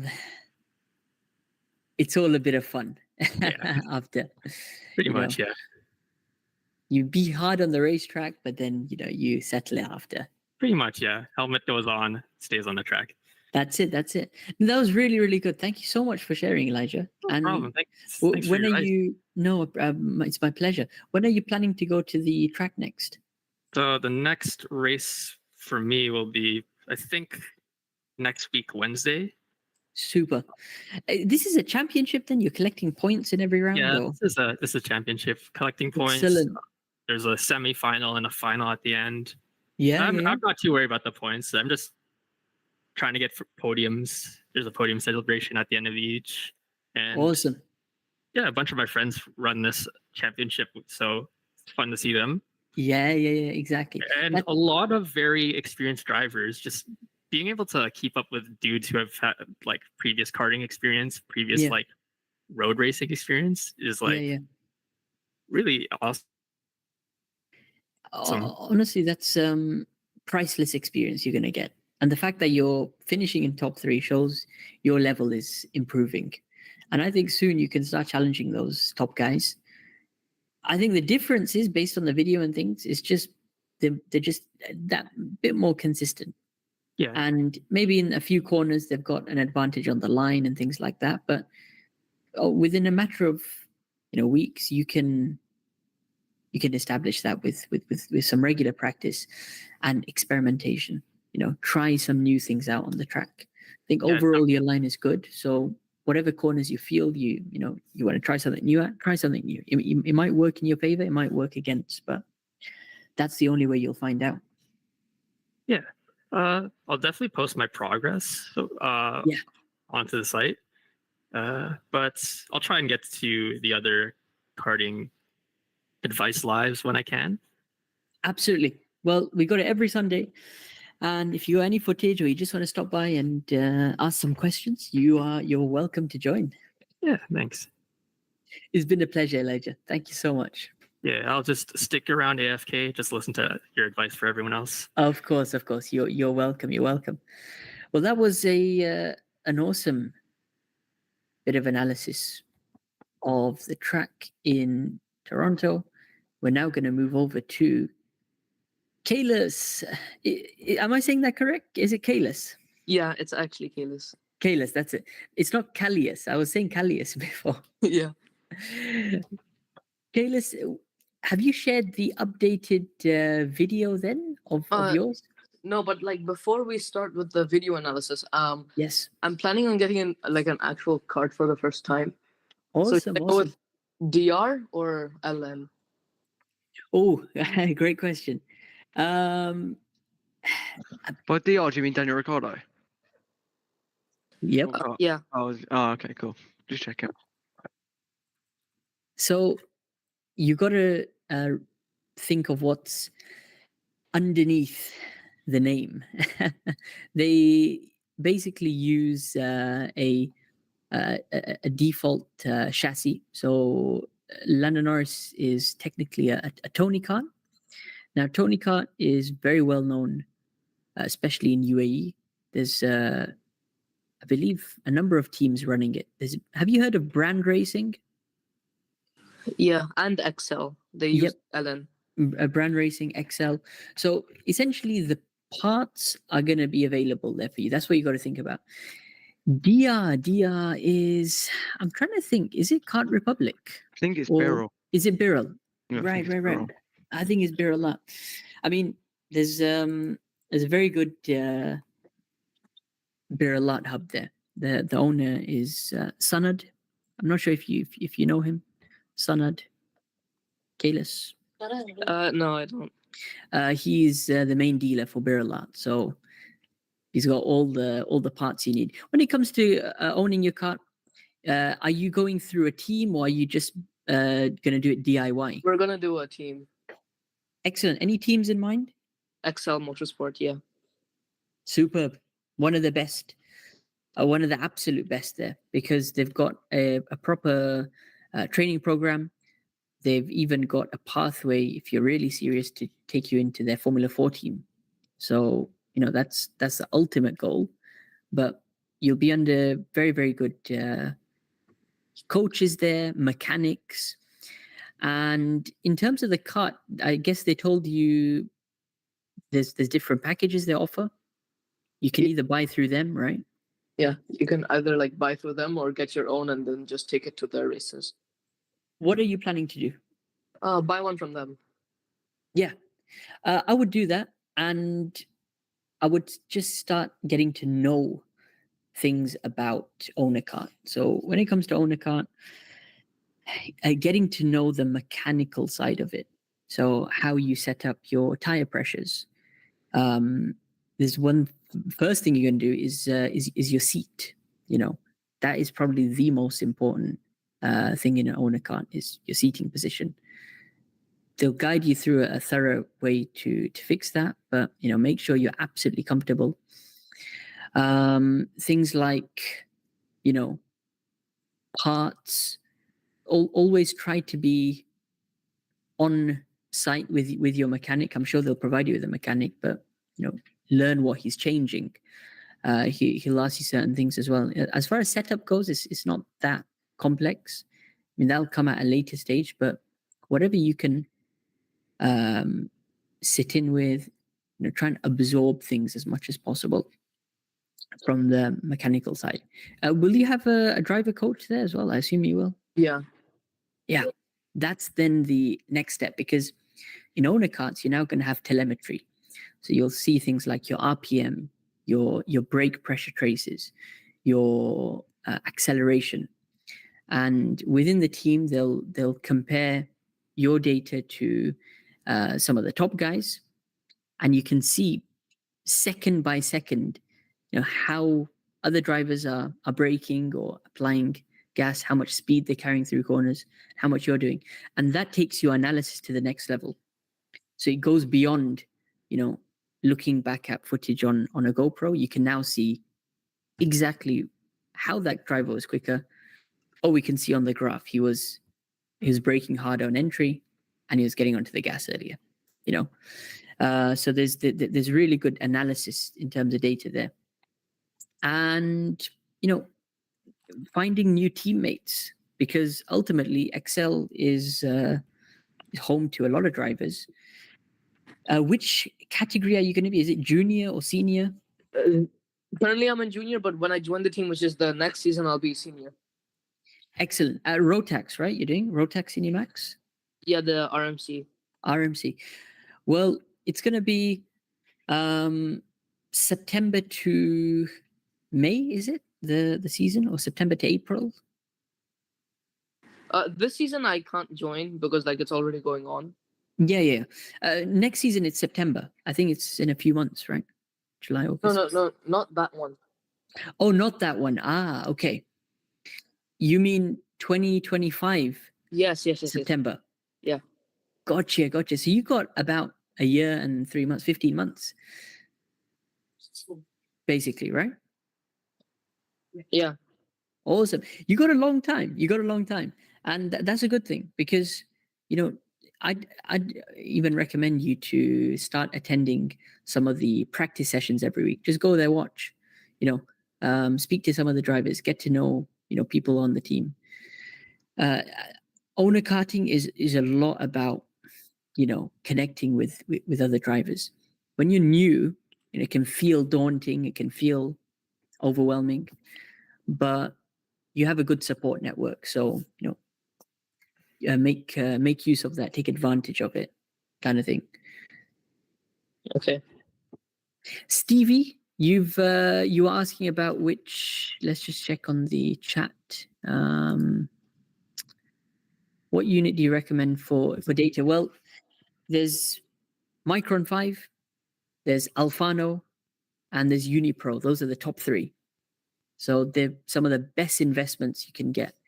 It goes for around 600, 700 euros. So it's not cheap, but in the long term, it's one of the best investments. You connect that up to the data logging software on your laptop, and you can it tracks your track from live GPS.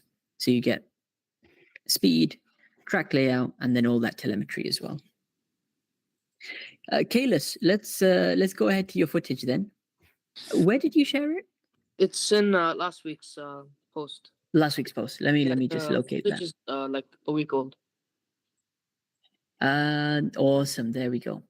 So we're back at Al Ain. Yes, this is it. When did you do this session? Like 2 weeks back. Was it after the track help session? Yeah. Awesome. Because I see new. Your mic cut. Your mic cut out. I didn't hear like half. Sorry, I was saying you got a new PB then. Yeah. That is awesome. That is really, really good. I remember we covered a lot of things about this track, all the way from each sector, basically. I think we did a full analysis. What did you feel was the difference between the last time you went and then this PB session? Like I had to like ride the curbs more than Okay. what I usually did. Yep. And In terms of the line, anything you were changing? line, I decided to go like a bit more. How do I say this? Like, I took more of an inside line on like A almost. narrower line. Yeah. Yeah. These are junior karts you're driving, or is it the senior? No, it's Well, junior, yeah. See, junior will be slightly restricted in power. So on a wide track, I mean, here they do RMC, they do the Rotax Championship. So it is a relatively wide track. In a 4-stroke junior kart, you don't have to use every inch of the racetrack. Taking a narrower line, like you've done over here through the final corner, will save you meters and ultimately bring your lap time down. Where was the best lap now? Is it lap 2? Over here, we're starting? I think it's one of the. Yeah, actually, no, it's here. Yeah. This is the fastest lap, yeah? Yeah. Let's watch this fastest lap now. Head down, coming through the first straight, nice and tight already. Taking the first corner from the middle. That's very interesting. So you took it all the way from the middle over here. Could have been a bit closer on the first apex. What do you think? It's actually really hard to get closer to that apex on this card, like on the juniors. Okay. You were struggling with rotation there. Coming up to turn 2. The fast left into the right. Nicely done. Staying in the middle again. Yeah, keeping the revs high, close on the second apex. Beautiful. So you skip the first apex. You cut across to the right now. Then you flick the kart to the left. That's good. Looks good. Oh, and one more thing about the track is like. Yeah. Just before I went out, like on this session, there's a massive like sandstorm. So like the whole track is basically coated in a layer of sand. Whoa. I was going to say, it looks like you were struggling for grip out there. Yeah. All the cards were like recalled in, and like all the like tables and chairs were like, Really? Wow. Yeah. And if you got a PB in the dust, then it means you can do better when it's not so dusty and a bit more grippy. Yeah. Absolutely. Through the final corner again. And this is a 1-0 or 113, is it? No, 123. 123, sorry. I'm confusing it with Kartrom now. And before it was what, 125? Yeah, 125 or 4. Yeah. Excellent. Big improvement. So one more lap. Let's just watch. There's a yellow flag actually. Did someone spin out? No, I think it's the final lap actually, because it's Final lap. Okay. I don't know. I had a feeling the first lap was ever so slightly better. But we'll watch the two and we'll compare them. Before we compare them, stop sharing and share my screen. Entire screen. If we look at the track layout now, where are you? Actually, the fastest. Yeah, It wasn't the second lap. It was. the first one. Wait, no, it was. Wait, I think I messed it up. First or second? Motion detected at the front door. Either one. They were similar. Yeah. Not. There was a 2-second difference between the two. 2 seconds? Yeah. The first one was 125. The second one was 123. Okay. So the second one was the 123, second lap. Yeah. Okay. I mean, the lines looked similar, but that's huge amount you gained then. Just looking at the track map now. So after that session, where are you still struggling with? What are you still unsure about? You see the corner, like, wait, let me see. Corner. I'll move my cursor. Yeah, the corner after that, yeah, that one. This one. Yeah. To be fair, I thought you you did a good effort. I mean, we discussed last or 2 weeks ago that we want to try and narrow down there. We want to try and narrow the entry so we get close to the first apex. Open up slightly the first turn, try and go deep in the corner and hit a late apex. Stay on the right-hand side of the track so it opens up the fast right for us. Yeah. Anywhere else you were struggling with? The corner, the first corner. Turn one. Yeah. You're saying you're struggling to apex. Yeah. Yeah. Okay. Gotcha. Let's go through that lap. Let's see what the driving looked like. First thing for turn one, right?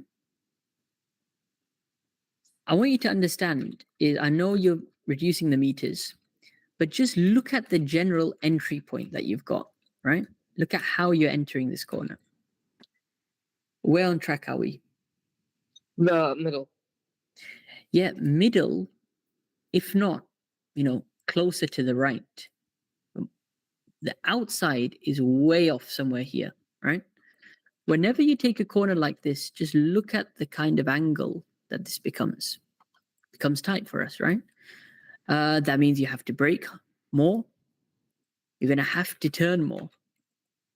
And ultimately, you'll struggle to get rotation in the car. What I would recommend, right, is widening it up ever so slightly. So rather than being extremely tight in the middle, similar to actually what you did last time. Can I go onto your channel? Have you got the footage from last time? Yeah, I think I do. Yeah, it's probably this one, 4 weeks ago. Is that the one? Yeah. Because I want to see the line you were taking here. I remember you doing it a lot better. A lot closer as well. Let's see. See here, you're wider. Wider on entry. Even though you're early with your brakes, you were also struggling with the rotation there on that time. Let's watch another lap.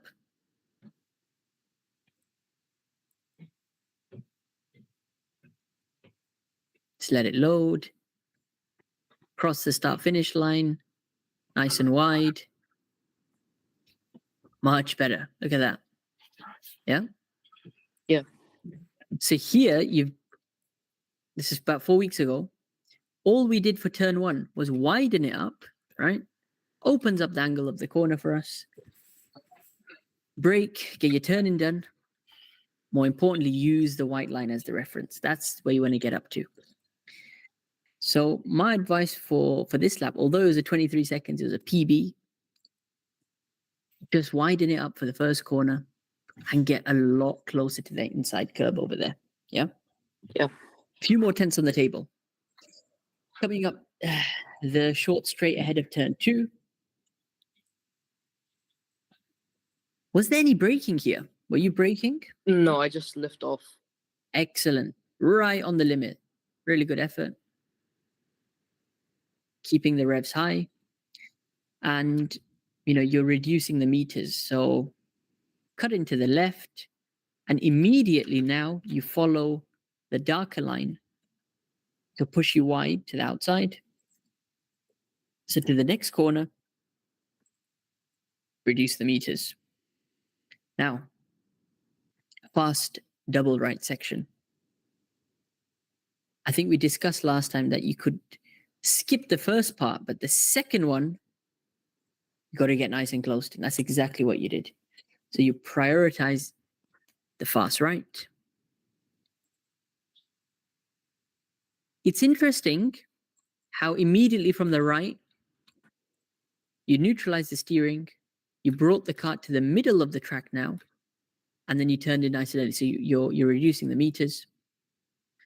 Could have been a bit closer there, but we're picking at things now. I think overall,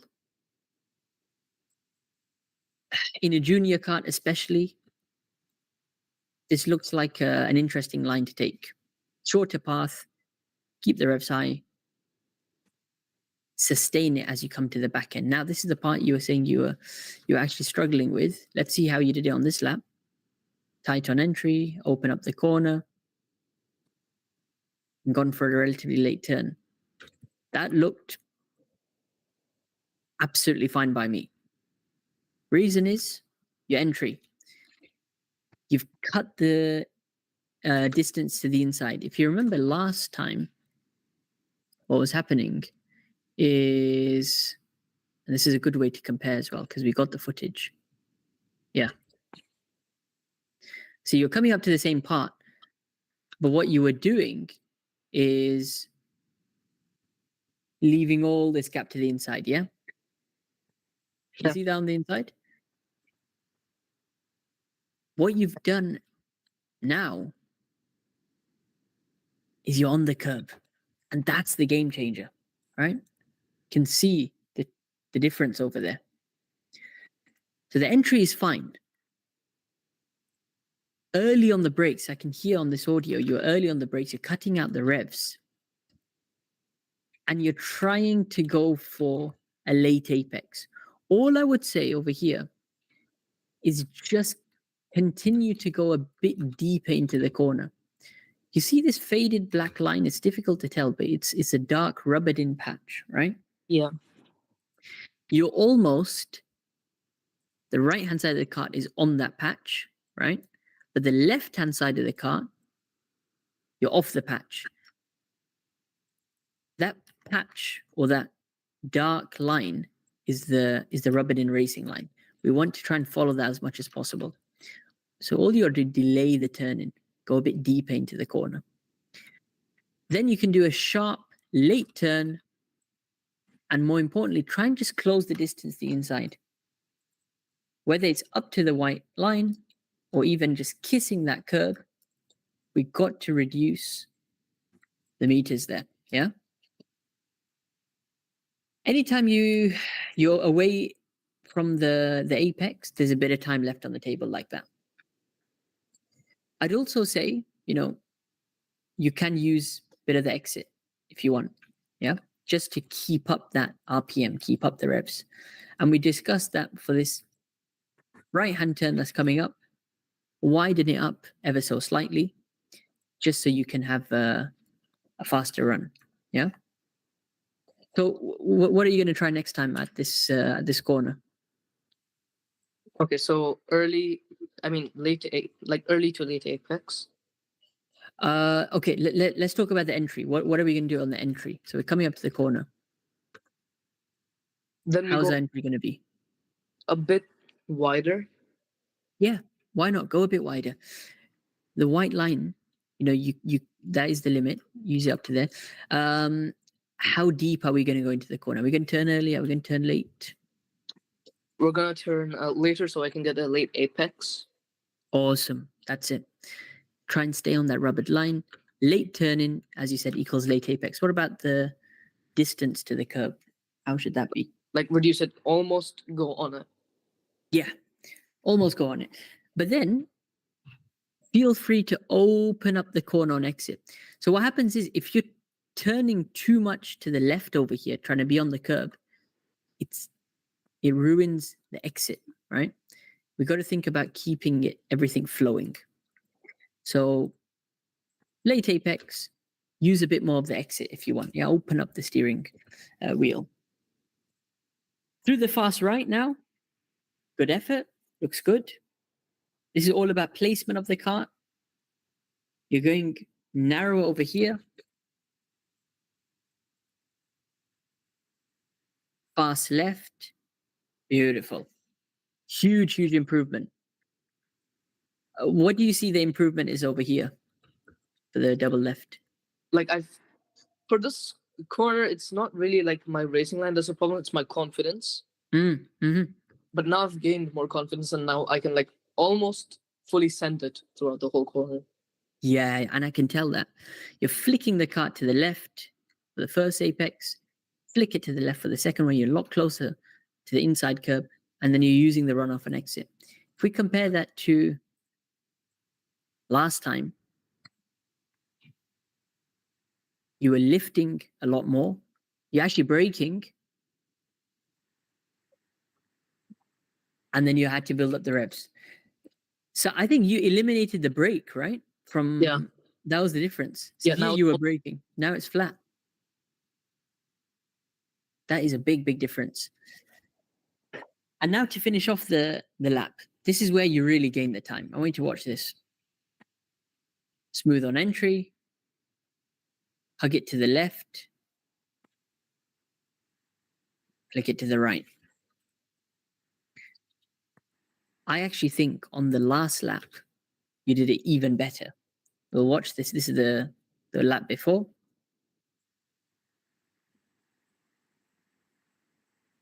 Hard brakes, get the rotation in, nice and close.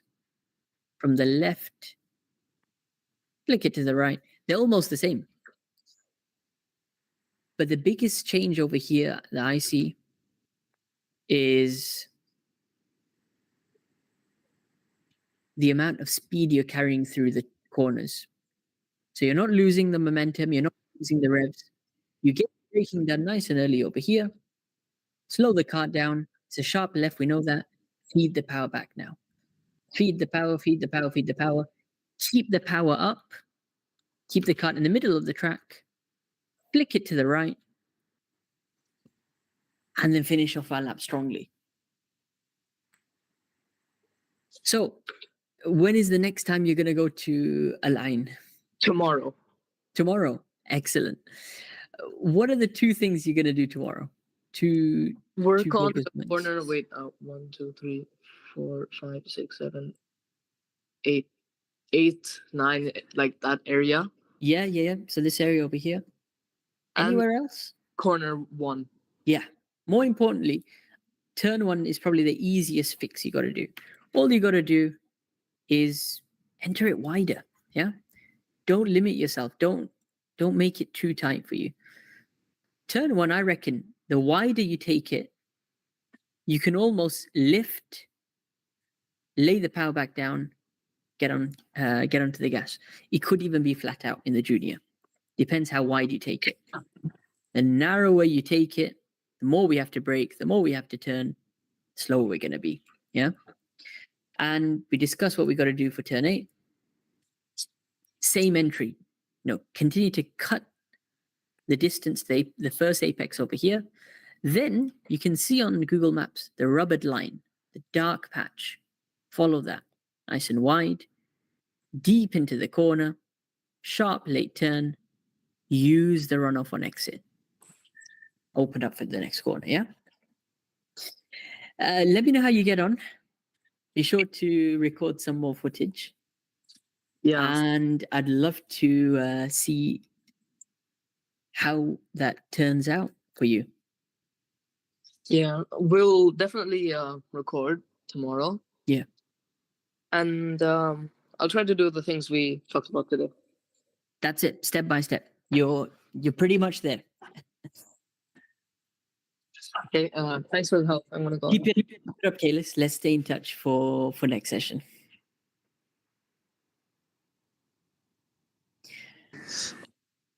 Oh yeah. There's one more thing that I filmed. Yeah. I took part in the There's like this promotional video for the Abu Dhabi culture and tourism thingamajiggy. Awesome. Yeah, Is that it's on karting? my You did? yeah, it's karting. It's on my YouTube All right. and my Instagram. Super. I'm gonna take a look at that. What is it called? It's the latest one. Yeah, yeah. But I don't think we can do it like you can't do it with me today because my iPad's running low on charge. Gotcha. I just saw it on your channel, featuring with Yeah, I see you with Dojo Moto. Yeah. That's awesome. That is awesome. You had some good drivers then, with you. Let's review that in the next session. Yeah, hopefully when you come. Okay. Yeah. See you. Awesome. Thank you Thanks so for the much. Then take care, Kalis. Good night. All right, we have got Harry, and then we've got Jacob. How have you been, Harry? Good. Have you been doing any more team sports? I mean, to be honest, I haven't found the time for it because Yeah. my parents are so busy because I'm always trying to find the time to do karting, but Yeah. usually I'm always prioritizing something outdoors and indoors because obviously I want to do BIKC, but the only time I'm going to set quick laps is in a members night, but you have to be 14 for them, so I'm just going to wait Right. until when I'm 14, which is in July. So Awesome. Not long to go. So Mhm. basically, have you set races that you're doing this year already? So you've done like Club 100, for example. Is it Buckmore Park as well? That's one that you've I'm just set. exploring. I'm exploring everything around me pretty much. So obviously, Club 100. I was always looking at it since I kind of started, and Yeah. then the experience opened up. I was like the first person pretty much joining it. So I just joined it, and it's kind of a good way to kind of get into the racing of it. Since I mean it's such a big series. I mean it's kind of lucky that I got into it this year. Yeah, absolutely. I mean they're like starting up like 3 championships for each class next year, so that's quite a bit. So with that, it ends in like August. So I was thinking, well, if it ends in August, I might as well try and find something else to kind of enter before it finishes off. So I looked at Buckmore. I mean, it looks pretty good so far. I haven't actually raced it. I just practiced so far. Excellent. And Brentwood, Pierce was here before. I knew Pierce from before actually. So Yeah. he was always telling me, come down to Brentwood. But the issue with it is that I'm not the greatest because they restrict the carts, and since I'm heavier, then it kind of just makes me slower. True. And the minimum weight is 65 kilos, and sometimes I can weigh like 72, so you can just kind of get gapped by everyone. And some of the carts can be really unequal. It's like kind of disgusting sometimes. Yeah, I know how you feel actually. So, but I think it's more equal at Buckmore. That's for sure though. I mean, yeah, but like at Brentwood, I mean, I was 7/10 a lap slower. My average speed was like not even near anyone else's. So it's just a shame. What we're gonna do is take a look at the footage you submitted. Hello, Jeremy. Can you hear us? Hello. How are you, Jeremy? I'm good. How are you? Yeah, all good. Thank you for joining today's session. You got some footage you wanted to review, right? Yeah. Awesome. Well, what we're gonna do, we're just going through Harry's footage now. Then we're gonna go to Jacob, and then we'll come to yours. All right? That's fine. Can I, since I'm watching the Euros right now, can I just leave and join back when they're yeah, done? for sure. Go for it. All right. Thank you very much. Harry, this is. So I did send 3 videos. 3, okay. Are they also from last week then? They're all the same thing. It's just like some of them are different. So the first one, it's just all my laps from that day, like everything from that day. And in the description, it's all my laps. One of them's like the actual YouTube video I made on it, and then the third one is the YouTube video just without the commentary, so you can hear the cart a little bit more. Awesome. So the third one has a bit more of the racing. Yeah, whereas the I was first just one- gonna say the third one is excellent.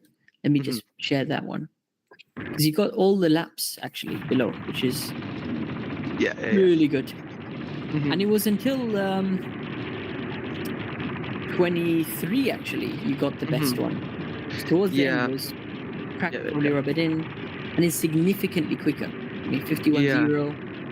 I mean, I 1.1. was very consistent in the 51s. I mean, for the entire day, like barely any laps were less than a 51 Yeah. or anymore. So it was kind of consistent, but it wasn't a great consistency because I was trying to find some more pace, but simply wasn't working. Don't know if that was weight, don't know if it was the cart, because I mean, they've raced these carts. They race the 24-hour as soon as they start, like as soon as they got them. Yeah. And then they did like there was 2 other big races, like the Kart Racer Champions, and also That's incredible because looking at the first half of the lap so far, this is the 51.0. Mhm. Just through the final sector now. I think it was just that Yeah. corner I couldn't really get out. I couldn't really get to the curb. I think I kept on trying to outbrake myself, and I never really actually got the That's corner it. right. That's it. No, I'm just recalling back. Number one, the performance will change over time. I did the same track in summer, basically a year ago, Mhm. and the top guys were breaking 48.6, 48.7 consistently. They're a lot slower now. That's the A thing. lot slower, absolutely. Because like when I went there, my fastest was 49.0. Mhm. So this is based on the driving. I mean, it looks absolutely no. A You know, lot of them are very some huge unequal. things. Yeah, A lot, yeah. that's another thing. Karts are unequal. And also, I mean, I've been told by a lot of the regulars here that usually when they're on older rubber, they tend to Mhm. last a little bit longer. I go for me. I'm pretty sure I'll break myself here. Yeah. So it is just kind of practicing because I'm doing the like their race. Yeah. But like at the end of the month, so it was just kind of practice and just seeing where I am in terms of pace, and it clearly wasn't that great. But No, I mean, it was my first time at this track. I think for first time that was really good. Let's bring up the track map actually real quick. So entire screen. I mean, I say I haven't been there. I mean, I have, but in the wet, in older carts, not even older carts. Yeah. They're old, like 160cc junior carts. Fuck more. Right. And I This was is planning the, to do their driver development, but yeah. it looks incredible. It's two grand, which isn't cheap, but it's incredible because you get an hour of track time or sim racing time each day. It's over 5 days, and I mean, it says you get to meet special guests, and I'm guessing that's Lando Norris or like Super GT because they're sponsored by Quadrant. Yeah. So That's true. That's true. That's true. it's such a shame that I can't do it. It's worth the 2K if you got it. That is quite expensive, you know, just to fork out for karting. But you got to think of it as if that's a professional race kart weekend. That's about how much you'll be spending as well. And in this, I think it's a small group. They're maximizing the day as well with track time and of course, you know, then assessing your level. So if whoever joins will will have a good chance to have contacts and you know their level assessed by. Yeah, it's over like 5 days, and you go through media, telemetry, everything. It seems quite Right. into good detail, but Right. Well, we're looking at the track now because we got the point where you know you want to pick up on. I think this section, you know, you're fine with. We'll cover it. Yeah, it's just turn one I couldn't get. Talk to me about the track in general. So turn one, you're struggling with. Yeah, I think it was just the kart being bad in the high speed. I don't know. It just didn't have much front end when it was going quite fast. I mean, I don't know if that's just me kind of thinking the karts, the Club 100 karts, got more grip in it, but it felt like I was lifting quite a bit and having to give it quite a bit of brakes to get it to the curb. I think I was probably getting quite an early apex and kind of just shoving myself quite wide, and then not really getting or maximizing the exit that much. Gotcha. Yeah, turn one, you have to brake.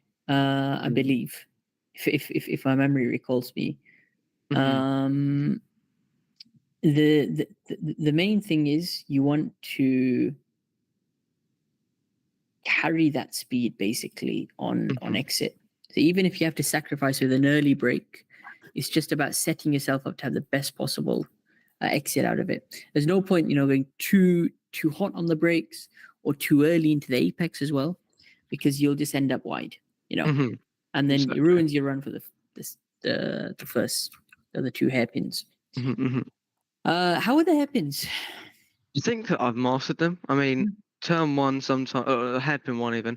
I think maybe sometimes a little bit heavy on the brake and I drift out a little bit, but I mainly get it right and I find myself gaining on most people. Mm-hmm. So, and hairpin two, I think I've kind of mastered it where you don't really take the first bit of curve, but you kind of take it where it eventually like extends out and get a later apex on it. Exactly, late apex for the first one, and similarly for turn 2 as well. It's a slightly longer hairpin turn, the late apex also for there. What about the mid part and end of the lap as we come through these corners? So the left right is pretty easy. You just kind of get up close to the wall and kind of straight line it. But then coming into the downhill, the fast right, I think I don't know if it's the cart again. I'm not going to be a basic racing driver and blame the cart and everything, but I found myself just missing the curb a lot of the time and then ending up just washing up on the left and then having to This kind of one, this through. curb. Yeah. I had the same problem. The first Mhm. few sessions I did, not able to get rotation to the first one. What I found is, are you lifting or braking over here? I mean, I usually just lifted quite a bit and gave it like I might sometimes give it a smidge of brake, but I don't really remember that much. You have to lift, and it's better to lift early. Lift early, even turn in a bit early. Your priority is to get to the curb and open up the next corner as much as possible. Stay on the right as much as possible. And what I've seen people do is then they straight line this and they actually go, 4 wheels over.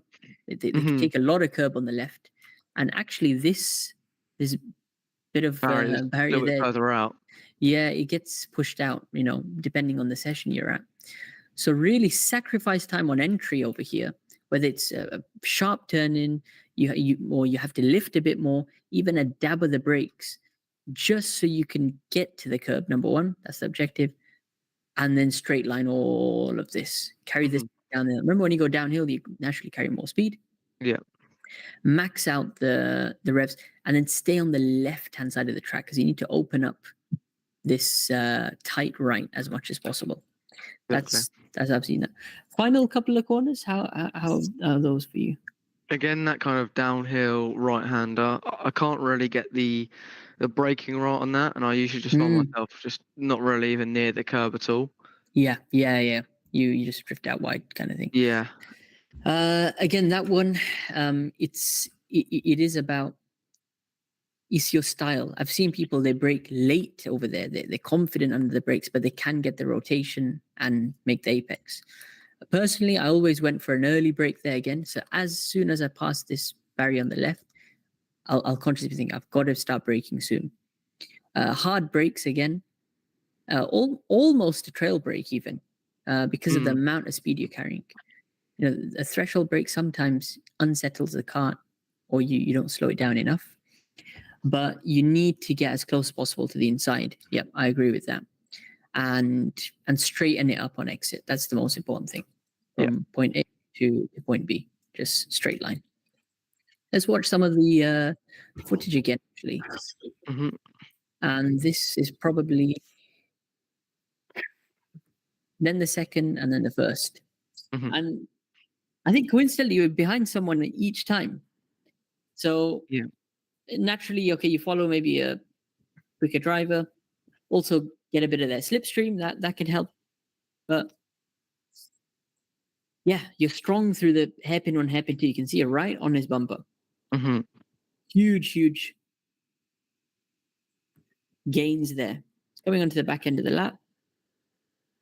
Yeah, that inside curb, you're ever so slightly missing out. You actually make an overtake on this lap. Yeah, and I think I kind of perfect and you that. go defensive. Yeah. Interesting. Rewind that back. So turn 1, you're on the bumper. No, I As just we- get capped. Yeah, he takes the apex. Mm-hmm. You miss it slightly, and look at how much you end up losing.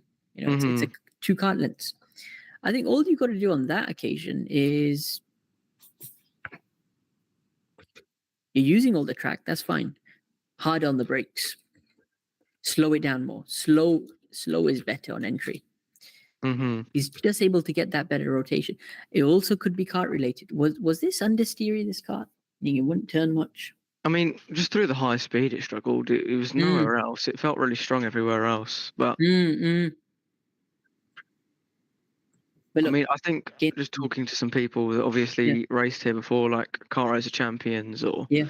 other people, because they'll know the track the best. Otherwise, because there's not really any way to analyze footage, since most of the time you can just see their right foot. You can't see their braking or anything. Exactly. They don't allow the helmet mount over here. Quick thing on this lap. What do you notice in terms of the entry between you and the guy in front?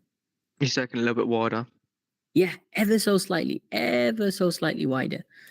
You've got to widen it up. I actually used to put 2 wheels over this on the left. And again, early turning. Lift as much as you feel you need, but make sure you get half of that cart on the inside curb. Stay to the right-hand side, open up the corner, flick it to the left now. You can see how he flicks it to the left. He was a little bit sideways through here. Yeah, that's right. And it's also the way you get onto this curb. I think the way you got onto the curb over here was a lot earlier. Look, you're on the curb now. He's then delaying, and you're able to take a smoother run. The barrier is sticking out there, not been pushed too much, and you've gone for the move. Good effort. Let's watch the second fastest lap. Literally straight after.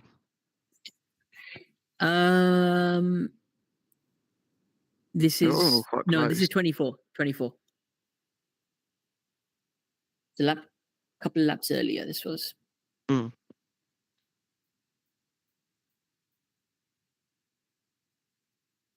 Yep, he's run wide. He's run wide on the exit.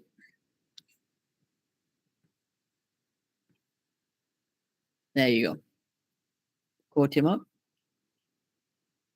And then up here on the entry, I did try to use that kind of curb on the left or rumble, but in some parts, I don't know if that was just me who's hit it wrong, gone on it wrong, but I went on it once, it unsettled the car, I was bouncing around a lot, and I just didn't really touch it again. I just thought kind of maybe it's not to touch, but maybe just not on the right part of it. I think it's this initial part that will throw you off. See, with the grooves. Once you can get over that, almost as if you're trying to put 4 wheels over, you got to go comfortably over it. There's a flat patch, and that will change over time as well. You know, in terms of the grip that was there. When it rains, this becomes very slippery. You know, this red surface. There's different factors for that. If it is unsettling you that much, get up to the white line, and then you have to just lift more or dabber the brakes more on entry. The earlier you can do it, the more rotation you get.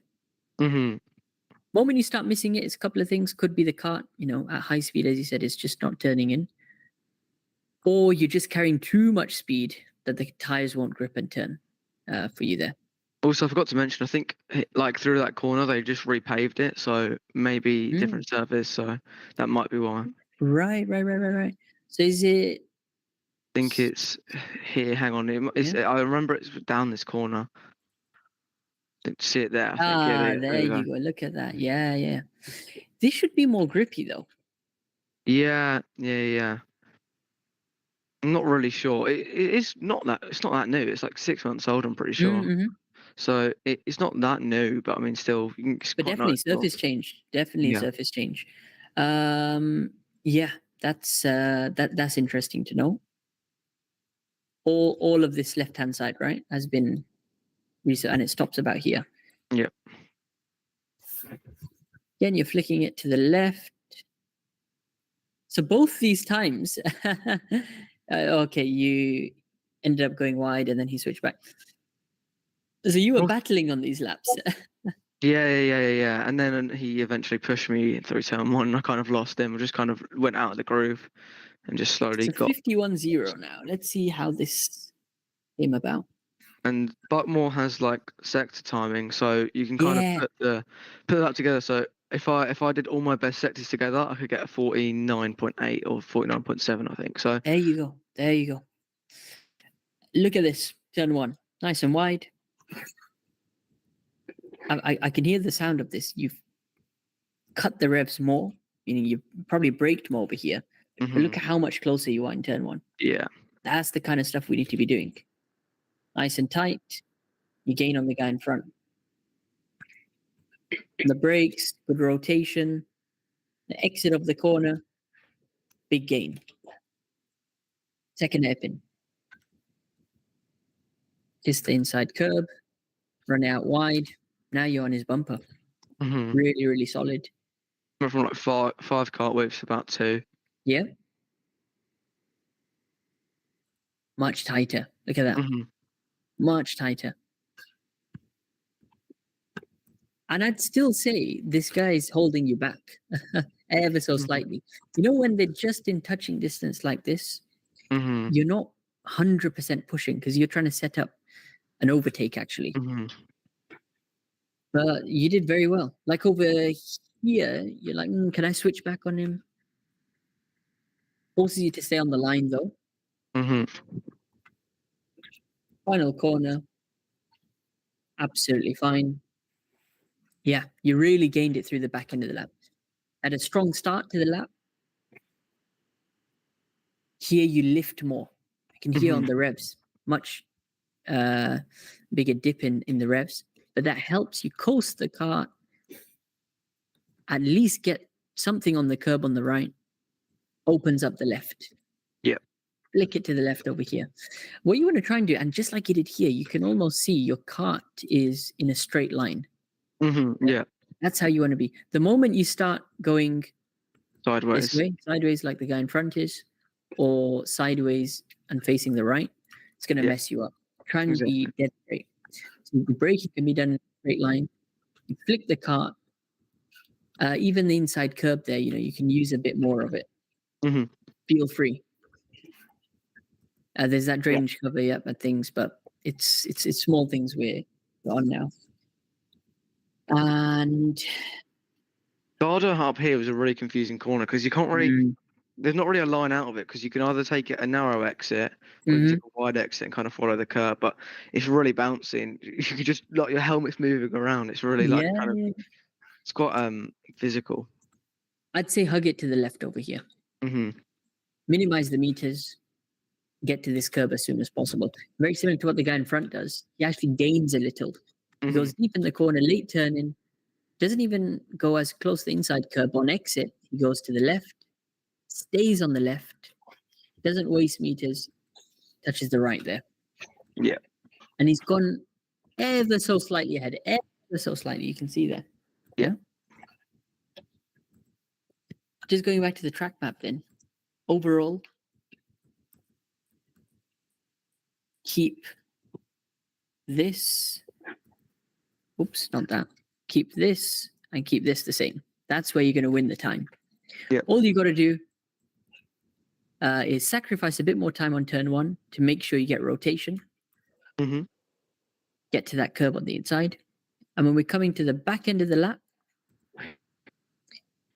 what are you trying to do over here?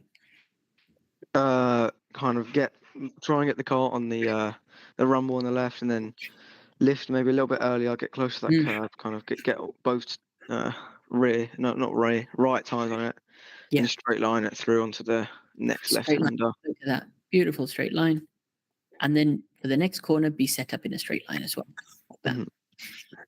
Easiest way to hopefully, I think you can break into 50s, that's for sure. And if you can get all the track together, 49 is there as well. And that will be very impressive. What are the top times looking like now? Let me quickly open up I had timing sent to me earlier. Where is it? I'll just check my emails. Hang on. Go for it. But if you look at one of the other videos, I think it's called. Hang on, I'll have a look at what it's called. Where is it? Oh, I've lost it. It's called it just says edited video of that commentary. You can see the start and just look at kind of like the first corner, just how kind of like crazy it is.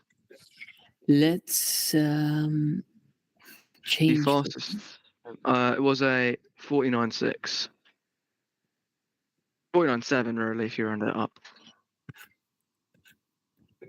Yeah, so it's dropped off a lot. I think by a second. If they were doing 48.6 in summer 2023, then definitely you're on a good way. Anything in 50 is a good start, and then you chip away to 49. Yep. Right, I'm just trying to find that link now. Should just be under the replies, I think, of it. If you want, I can just send it in the chat. Mm-hmm. Or just send it here. Oh, that's even better. Right. Used some exterior shots as well, which I thought kind of showed what was going on a little bit more. Because Yeah. the camera on the nose cone doesn't really cut it. To the rolling start, they had like it wasn't really like where the lights go green. It was like as soon as you hit the yellow light, just yellow lines, you just go. Okay. There we go. Let's see how this starts.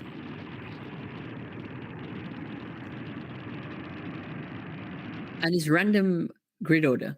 Yeah, I just got randomly put in 7th, which was kind of lucky. Awesome. Are there some regular drivers here? Yeah. I'm pretty sure all of them been here or consistently go here. So the number 10 there is the fastest. Oh wow. Number 6 I knew, and they went here pretty often. Yeah. And then there's me 2 wide, having to leave a bit of space. Wow, this is awesome. The racing can be quite close until kind of like the fields kind of split up. You can see where everyone is in terms of pace. Mm-hmm.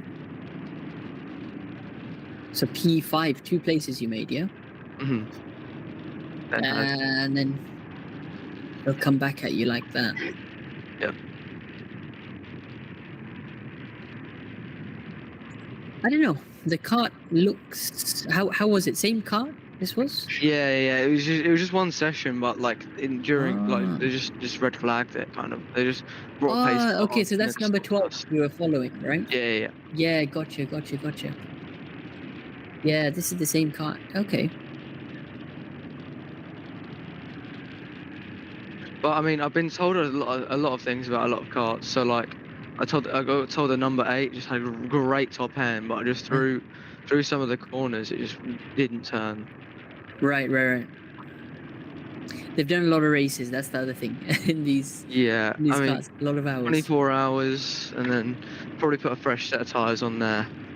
But still, it's probably been bashed a little bit. I mean, they had Elite Karting Series Kart Racer Champions, a lot of racing and that, and then yeah, loads of heats.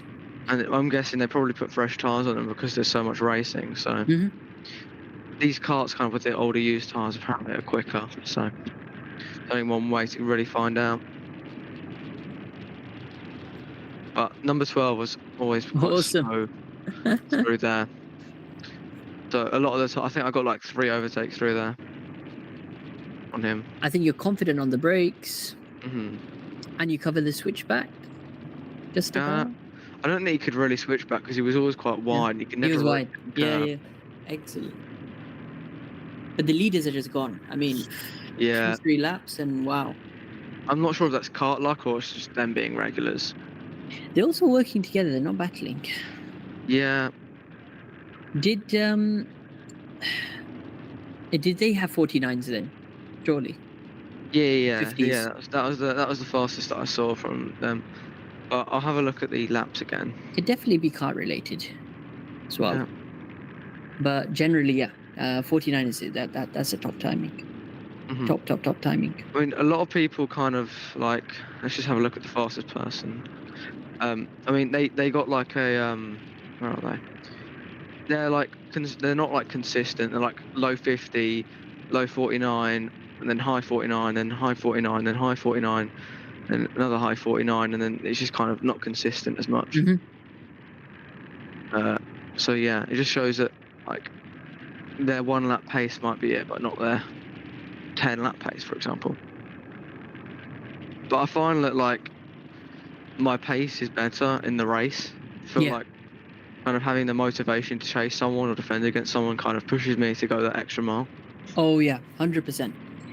My dad says whenever he watches me, like if I've like if I've gapped everyone and like no one's near me, I'll just Yeah. slow down naturally. Right. That's And so then when they psychology. catch up, I pick up the pace. That is psychology of a driver, because you're not threatened when you're in clean air. Hmm. There's not much incentive in forward or behind, Mhm. so you can just get relaxed. It's important though, that level of your driving is still, Wait. you know, you should treat it like qualifying laps. All right, there's no one around me. This is qualifying. You know, I'm still gonna push. You start coasting, yeah, when you have to manage tires or you got to manage a problem and things, but that's quite rare, especially in rentals. Yeah. So your mindset should just be, how can I do qualifying laps when I'm in clean air? And then also when you're in clean air, right, there might be lap cars around you. So for example, let's say 12 wasn't in front of you, but you can see those guys on the right, yeah? There's 2 drivers on the right. You see those? Yeah. So every lap, you know, as I come through turn 1, or technically turn 2, the last lap, on the entry of the first hairpin, he was here. Let's see if I can be a bit closer. So let's say you go deeper into the corner, and on the next lap, he appears to be there. You know you've gained on that lap. That can act as motivation. But in terms of track position, he's, 8 seconds up the road. But using those visual cues helps you keep focused as well. Yep. I think that was a solid bit of footage, Harry. When are you going to go next to Buckmore? So on the 29th, I'm at Club 100 for Rye House. So Awesome. that'll be fun. Although I don't really like All the Rye House. best. It's just it's an interesting track, but I don't think it's. I think with people that like Rye House, they either love it or you hate it. Like there's not really an in between. And I think I'm one of the haters because it just doesn't seem like that much fun. But Right.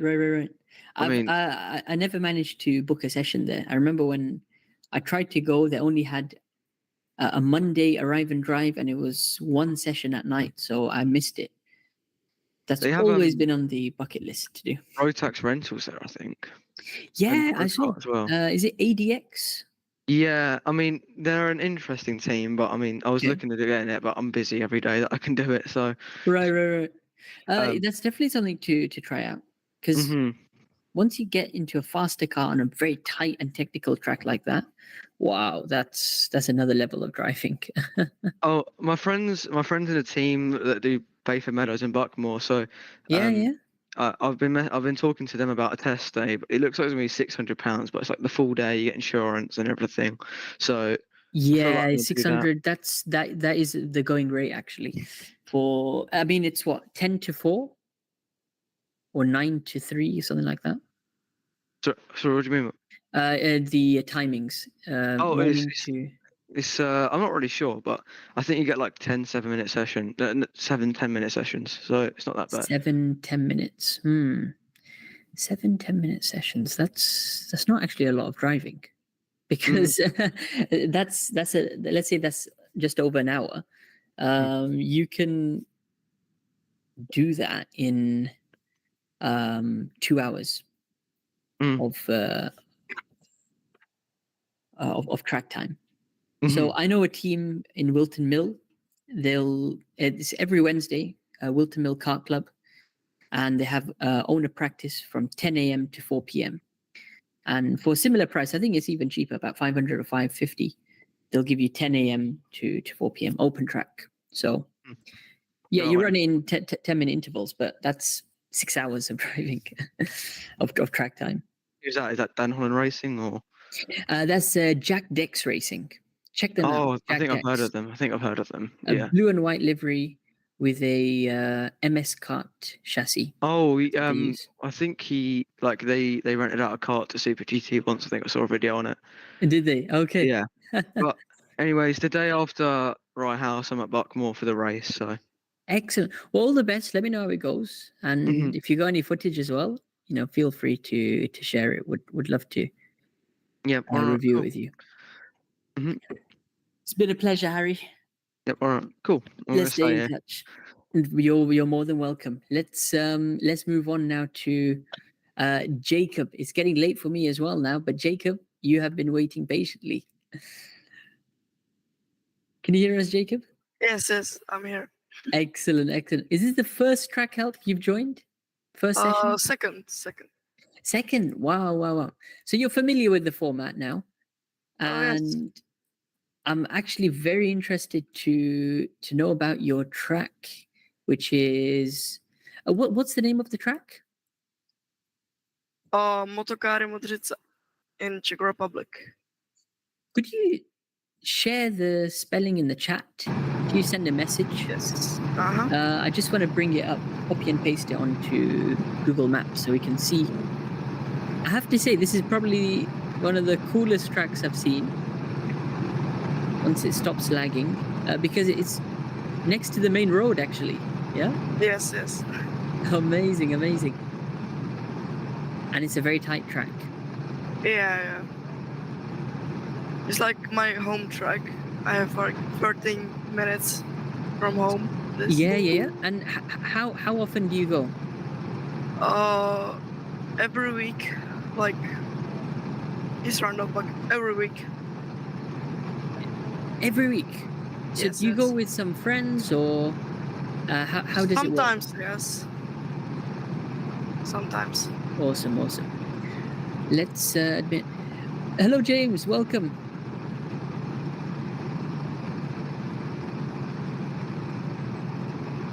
Hope you can hear us.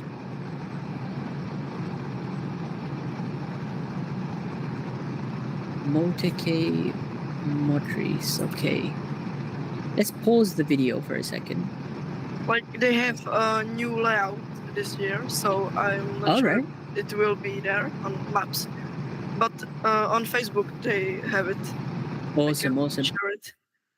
I'm just going to share my entire screen. I just want to say my English is like very bad, so. No, you have very good English. As a second language, you're doing very well. And I found it. This is It's better than my Czech. Better than my Czech as well. No, that's old layout. I will find Is the this the new. old one? Yes. What's the difference? Is it just like how the corners are, or everything is different? Like almost everything. Oh gosh, okay.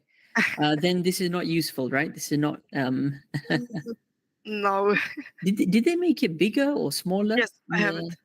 You have it. I'm not sure. Like it's. I don't know. Well, I'll tell you what. I've never seen a karting track so close to a highway before. So that's the first. You want to share the picture of it? Is it a picture? Yes, I'm finding it. No worries. Yeah, I get it.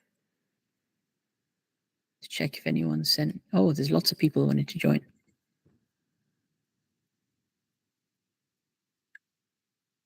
CS.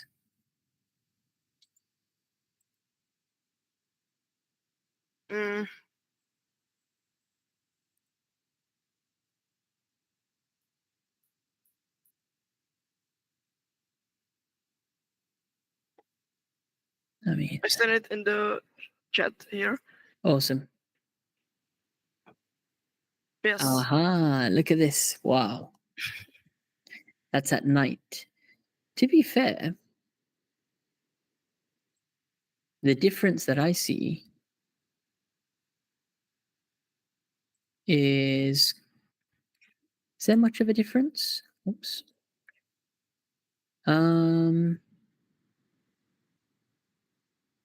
Start So the start line is the same, yeah? Start line is over here. Yes.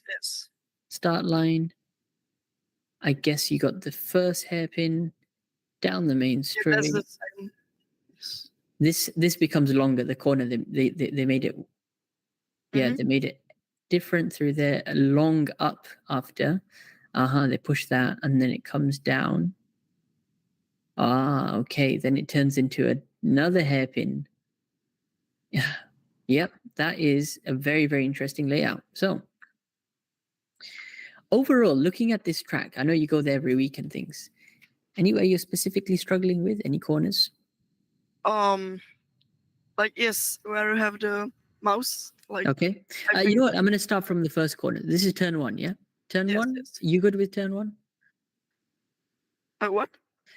So just, I'm going to move my mouse and you tell me which corners are good, which corners you need help with. Yes. All right. For Turn turn one. one, I think it's like good. Yeah. Turn two, same. Awesome. And yeah, there I have big problems. Like I lose time so much here, and like Almost, yes, a there hairpin into a left. yes, there too. Into this tight corner, okay? Yes. And there's like good sometimes. All right. Almost a double hairpin this is. Yes. And I think there's a good, I guess. Like I'm not sure, but Yeah. Final couple of corners yes. and across the line. Let's watch some of your video. Now, this video that you shared with us is from regular practice. Share. Okay. When was your fastest lap in this session, do you think? I'm not sure, but I think first couple of laps. First couple of laps, all right, okay. Was it raining before this or the weather? No. It was getting dark, so. It was just getting dark, all right. Yes. What I want to do is see some of the driving. There we go. Awesome. Yes. Let's see. So you come out the pit lane. This is turn 2. Yes. Turn 2. You have a short straight in the new section. All right. Into the fast left. Yep. First hairpin. Coming up to now the double hairpin sequence. Nice, very tight track.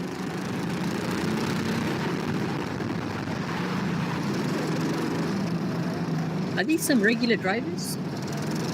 Oh yes, like this was training for only I don't know how to say it, but A competition? it was isn't it? no for every people. Okay. For Okay. somebody. How do you have? Wow, that's so nice. You have a lap time screen on Yes. the left side. Can you see this clearly every lap? Oh yes, like if I'm driving there, it's very good and That's amazing. So it's about what, 45 seconds the lap? oh yes, I'm driving on 85 kilos. Mhm. Because I'm training for like endurance race and like that. Yeah, there's a weight limit, right? Yes. But normally if like a sprint, Yeah. it's like 83, 82 is very good lap. 82. Gotcha. Oh, 42. 42, because the weight matters. I mean, when you're light, you can gain, I think, time. So currently, in this video, what was your best lap you got? Not very good, I guess, but it was like 5.3, something like that. Mm-hmm. 45. So about 2 seconds, you'd say off. Yes. 2 or 3. Yeah, about 2, 3. A couple of things with that. Track conditions will make a difference. When was 42 set? In summer, maybe? Yes, in summer it was like sunny day and And what about the carts? Are they old? yeah, we're old. But on races we have new cards. You have new carts. Yeah, yeah. Those are right for people. These are still very powerful. Because RT8 is one of the fastest rental carts you'll get. So I really like this layout. You know, it's a street track basically. Yes. So we got 13 in front of us. It's always good to follow regular drivers. In these first couple of laps, I'm able to just see your driving style, see how you're going through the corners. I'd say overall you're smooth. How long have you been karting for? Like almost a year. A year now. Yeah, awesome. So you definitely, you know, you've improved your level. You have a training schedule now. You go every week. Really, it's small improvements that we're looking for. When we have a track like this,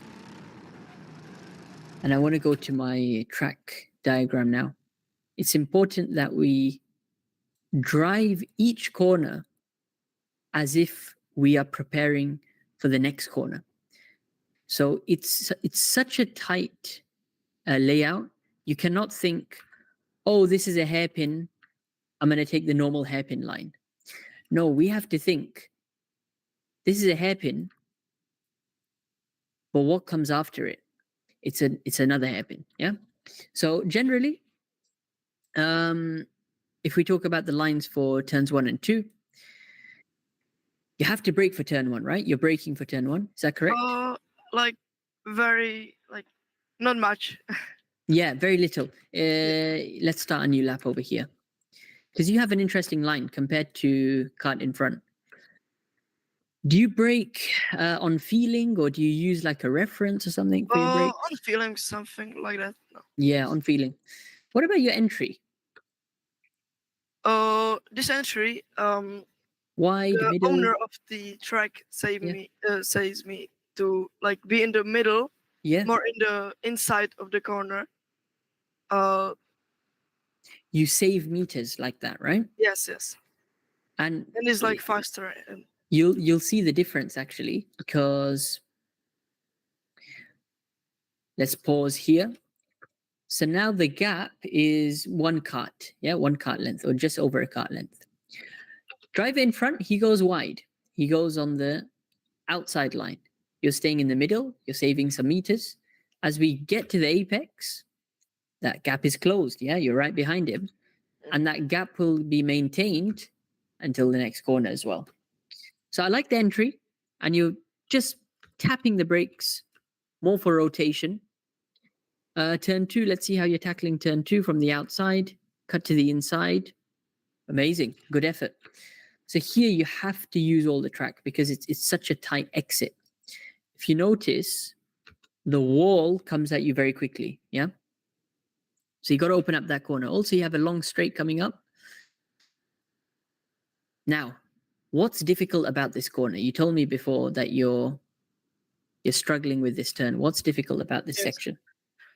I don't know. I just here like I go very like into drift or something like that, and I have no good speed exit.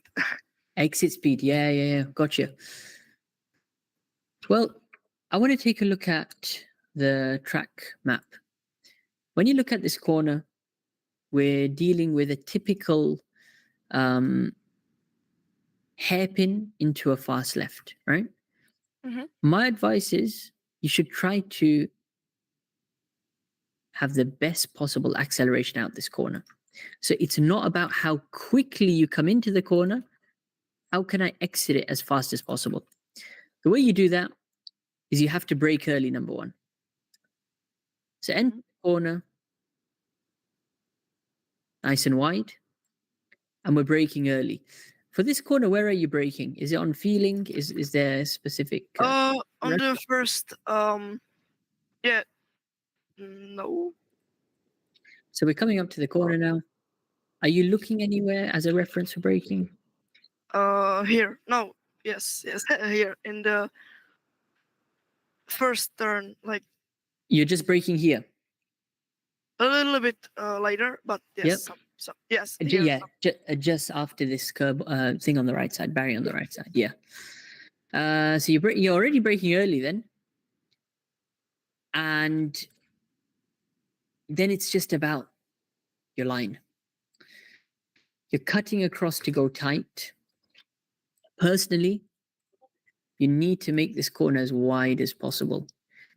So you come in tight over here, widen up, and then try to go for a very late apex. So it looks something like this. Yeah. In fact, we can even continue to go deep into the corner and then turn. It's one of those corners where you can just continue, and then sharp late turn. Stay on the right into the middle like that. Have you tried braking a little bit later and going deeper into the corner? Oh yes. Like I tried it, but Yeah. How did that go? sometimes I almost spin out. Okay. Or it just don't turn. It just doesn't turn. Gotcha. All Yes. right. What's happening when you're almost spinning out? I think you got too much speed, right? And then the corner is ending very, very quickly. Also, this type of turn is really it's a winding corner. So you're turning right, all the way, and you're braking. So you're braking and you're turning. This can naturally unsettle the car. I'd say continue braking just about here, but widen it up. Yeah, widen up the entry. Have you tried widening it up? Like everybody is doing that in Mhm. wet conditions. Okay. Like so much like out. Yeah. They're almost touching the barrier. But in dry, everyone is driving like in the middle. In the middle. Gotcha. Similar Yes. to what you're doing. I would be slightly wider still. Just experiment, try it out, see if you get a better exit out of here. What happens when you're wider? You don't have to turn as much for this corner, and also you can be on the accelerator, the gas earlier. Yeah. Mm-hmm.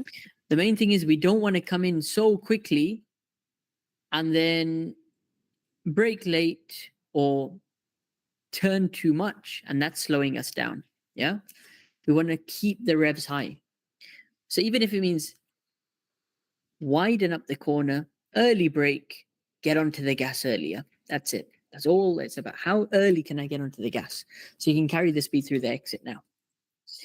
Coming up to the double hairpin now. So we're basically Yeah, I think there I lose so much time. on this corner. Yes. Here. Okay. Boom. Let's go back.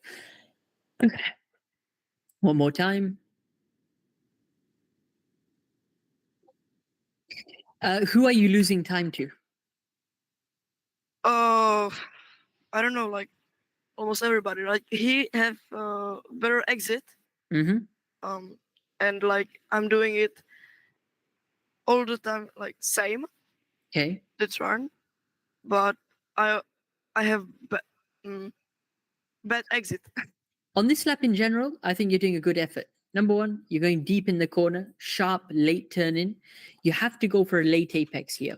Skip the early apex, skip the middle, go for a late apex, yeah? And on exit, cut across the track to the right side, minimize the meters.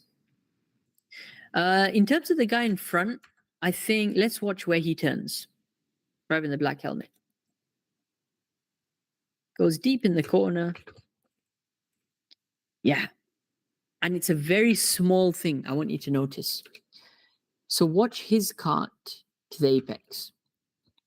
He's far, and now he's close. You see his back tire is just on the end of the corner, right? Mm-hmm. See that distance over there? What's Yes. happened with you? You've turned in ever so slightly early. You've turned in a bit too early. So where is the apex on our cart? It's more towards the front, yeah? Front or the Yes. middle. So what happens on exit? Now watch this, how he gains half a tenth on exit just by turning later and taking a later apex. Look how the gap is opening. You see the gap is opening up? Yes. Yes. Open, open, open, and pause. So on your track, it's really small things, right, which will make the difference. But there, it was just a slightly later turn in. What about this corner coming up now? Now we got the proper double hairpin. Well, Yes. almost. What are you doing well or struggling with here? How is it? Oh, I'm not sure how to like enter the turn. If Okay. like wide or in the middle. Somebody are like going very wide and Okay. somebody are on middle. Gotcha. Always look at the overhead shot. This is a typical double hairpin corner. I would say try and make the entry as wide as possible. Mhm. If you can widen up the entry, the apex can be late, and then the entry for the next corner can be in the middle, right? Yes. This can be in the middle. Why do you think the entry for the second one is in the middle? Why For do you think the we're in the middle? better Yeah. exit. It could be for a better exit, but remember, you're braking here, right? For this corner? Yes. Yes. Yeah. So when you brake, you then have to build up the speed, right? You're building up the speed. How Mhm. much speed can you actually build between here and here? Like not too much. Not too much, right? So when you have low speed, you don't have to go so wide. Keep it Yeah. in the middle. You're not building up that much speed. Keep in the middle, middle. Take a middle apex, run the cart out wide. So what we're basically doing is for the first corner, we're entering it wide and we're braking. Enter it wide, go deep into the corner, go for a late apex. But the second corner, keep it in the middle of the track. No brake, no lift, flat on the gas, foot down to the floor, and flat. I think this lap was very good. If you watch your lines, so we're coming through corner before, and you're entering it wide, sharp turn, you're in the middle of the track almost, you're cutting to the left. Good effort. However, it's a very small track you have, so you have to look at small things. First thing I want you to look at, did you go close to the apex for the first corner? What do you Uh, notice? It's a small gap, yeah? It's very small. Let's just try and be a bit closer. Close that distance, yeah? And then, just like you're doing, rather than turning right over here and widening up the corner, keep your steering wheel straight and prepare to flick the cart to the left. Yeah? Okay. Yes. That's what we're going to go for. Flick it to the left. And then, what's the next corner? What do you notice about this corner and this corner? It's almost the same. It's almost the same. That's it. Except this time, we're not going to go right. We're going to go left and then right. Yeah. Yes. So the other thing is, I think you got a bit more distance between the two hairpins. Let's just look at the video. So you got the first hairpin. Yep, a bit more distance. And then you got the second hairpin. Same line again. So double hairpin corner. First hairpin, enter it wide up to the curb. Press the brakes. Sharp late turn in, going for a late apex. Yeah, we got to hit a late apex over here. Hit a late apex. Keep it now Have you tried keeping in the middle over here? Yes, I'm like trying, but sometimes I Yeah. go like try it wide and Hmm. What about I'm- your body weight? Are you leaning any of the corners? I'm trying, but I Okay. don't think it's doing something like on this track. Sometimes yes. It's interesting because the driver in front, if you look at him, he's actually leaning his body over here. You can see what he's trying to do is transfer the weight to the outside tires because this corner is flat out, right? No brakes. Yes. So you want to remove the load from the inside tires and put the weight on the outside, the grip on the outside tires. Shift your body weight to the left, lean into the seat. Hit a nice apex there. Good effort. Final corner. Absolutely flat out across the line. For hopefully 42 seconds. Yeah, is that the target? Yes. 42 seconds. Let's just quickly recap. The main corners we discussed today were this turn. So this is turn 3 or turn 4. Turn 4 and 5. Turn 6. Excuse me, not turn 6. Potentially, yeah, we did do turn 6. 7, 8 and 9, 11 and 12. Yeah. What do you notice about all these corners? Mm, Anything similar? like it's 180. Yeah, they're all hairpin turns. It's all Yes. hairpin corners. Generally, with hairpin corners, go deep into the corner, sharp late turn, late apex. For any hairpin turn. Deep into the corner, sharp late turn, late apex. Reason we go for late apex, it gives us the best possible acceleration and it sets us up for the corners to come. Remember, when we take this corner, we don't think, oh, we're just taking the right. No, we're actually thinking, how can I be fast on the left? Well, if I can take a wider turn, later turn in, can be set up on the right-hand side of the track and flick the car to the left. Yeah, similar like that. When are you going to go to the track next? I think this week maybe. Excellent. And is it going to be with some friends or some regular drivers? Maybe some friends. Yeah. Are there any quick drivers who are going to be Yes, going? yes. Like my friend is the best, even of the juniors. He is. Wow, wow, wow. So I recommend go there next time, experiment with the different lines we discussed today. You see, with your track is a very small track, and it's all about the small changes. So actually, you can be a very, very good driver at your track because, we're dealing with tiny things over here. And I mean, what's your best lap time at that track? Like 43.0, something like that. 43.0. Yep. When did you set that timing? Like 2 months ago. I think it will be Yeah. better if I go like tomorrow, but I'm going on 85 kilos. And the time I set on the 65 kilos. So Yeah. Well, do you add weight on the side yes. when you go?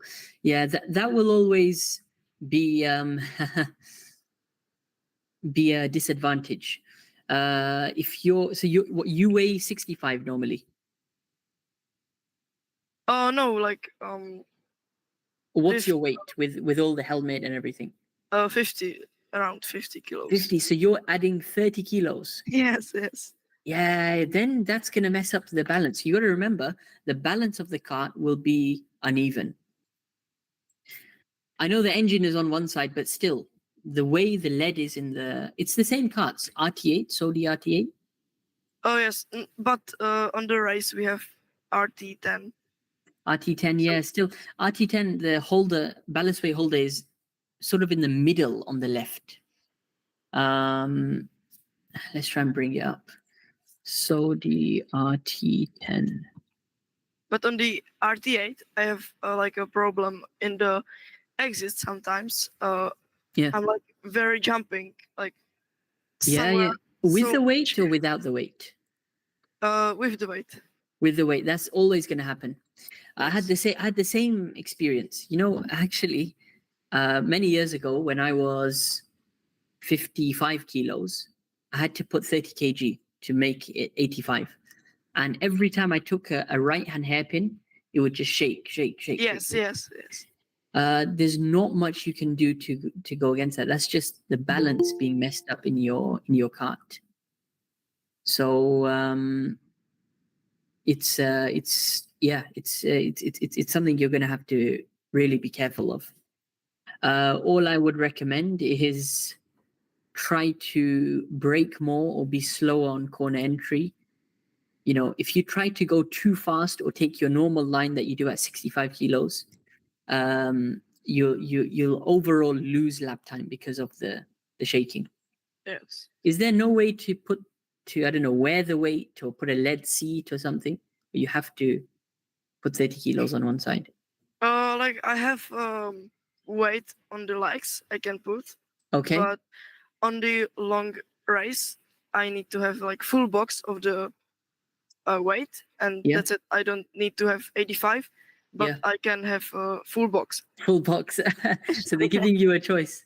Honestly, Yes. I would put as much weight on your suit or on your legs as possible and try and make it, I don't know, 20 kilos on the box or It's like 15 kilos on the box. Yeah. yes. I can add 5 kilos on my legs. Yeah, that there's only so much you can add actually. You see, if you were allowed a lead seat, you can put the weight in the seat, and then. Yeah. But more than that, you're just gonna have to eat more now. Yeah. Yes, I'm trying right now. You're gonna have to put on some weight. I know exactly how you feel. It's a bit difficult because you're a good driver. You have the skills, but when you put 30 kilos of weight, you know that will mess you up. Yeah, thank you. Thank you so much for joining. And let's stay in touch, Jacob, yeah? Sure. For the next sessions. All right, guys, we are coming towards the end of the session. Can you hear us, James and Jeremy? Yep. Awesome. James, can you hear us? I think, James, you're muted. We can't seem to hear you.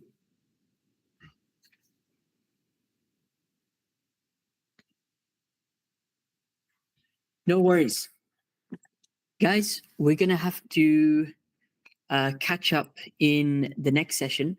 Jeremy, it's getting very late for me. It's 12:15 a.m. So I'm gonna have to postpone your footage to next week's session, and I'll get that done first thing. What do you say?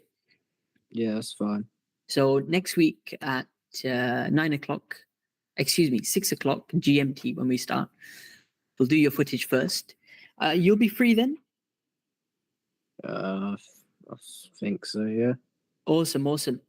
And same for James as well. We're gonna have to do your session in the your footage in the next session, but we'll just do yours first. Yeah, it's just getting very late. We've been running for more than 3 hours now, so we're gonna have to call it a night. But let's stay in touch. Anyone who has footage for the next session, it's gonna be on Sunday, 23rd of June. 6 p.m. GMT. If you're unsure about what time GMT is, type it in on Google, time in GMT, and you will be able to do the conversion to your time zone. Let's just quickly review the YouTube chat before we go as well, because that's something we haven't been keeping an eye on. So we had a couple of people asking, how do I join? The way to join is the pinned link, excuse me, the pinned comment. You can click on the link. We had a number of requests, people who wanted to join. At the moment, we have got, we've accepted everyone to the academy. I'm 85 kilos. Could that affect my karting? It depends. On outdoor tracks with long straights, you will definitely be affected by weight compared to somebody who's 50 kilos. Because on the straight line, you'll be a sitting duck. They'll catch you. On the contrary, if you're at a bumpy, technical indoor electric karting track, you can be faster than a lighter driver. What happens with a lighter driver is they shake Yeah, a I lot. can. Yeah. Hello? Hello? Yeah. You hear me? Hello, James? Hi, James. We can hear you. Can you hear me? Yeah, I can hear you. I think you were on mute, or might have been lagging. Yeah, there was a lot of lag. Yeah, I could hear the training was excellent. Yeah. Look, I'm afraid we can't do the footage today. We're just coming to Yeah, the end of the absolutely. session. But first thing next week, we're gonna go over yours. I see you've done some BIKC. How was it? How was the first qualifier? Yeah, it was a very different track. It was like 800 meters, so twice as big as the local one. Right. A lot less First time grip. you went? First time, yeah, but Yeah. it was brilliant. Really enjoyed it. And you spoke to the marshals and staff there? Yeah, I had a chat briefly to them. There was a couple of guys who were in the same session who were also on the BIKC, whatever Awesome. it's called. Yeah, so there was Qualifier. a lot. Yeah, really good. Yeah, there's one guy who's quite funny. He'd been going for 3 years, Yeah. and he qualified every time, but he'd always finished 7th. I think you have to finish 6th to go up to the next local level. I don't know. There's a local final, isn't there, and then a regional final. So Yeah. it was his big push this year to get into the top 6. No, that's awesome. I'm sure you can join them as well from the group, because you guys are regular. Yeah, And definitely actually, enjoy it. the marshals can give you guys some good tips and tricks, because they're at the track every day. They're testing the different karts, and they're the first reference in terms of lines and things like that, especially at team sport tracks. Because if you have a look at their leaderboards, they normally have a staff leaderboard, and they'll put their timings there. So usually some of them have top of the track records. Yeah. I think next time I go, I'll have a chat to a few of them. It was quite late by the time I got there. It was like 10:15, and there was a delay because there was a club race. So I think we got on the track by is that the members race? 11. Sorry, members night, was it? there was Monday night we have a members night. That's so we were it. just Yeah, after yeah. that. Yeah. It's actually worth looking into the membership, because you can get a discount on your normal sessions, and then priority to join these weekly sessions where all the regular guys come, and you do long sessions. I think 50 lap races, different that'd be formats good. as well.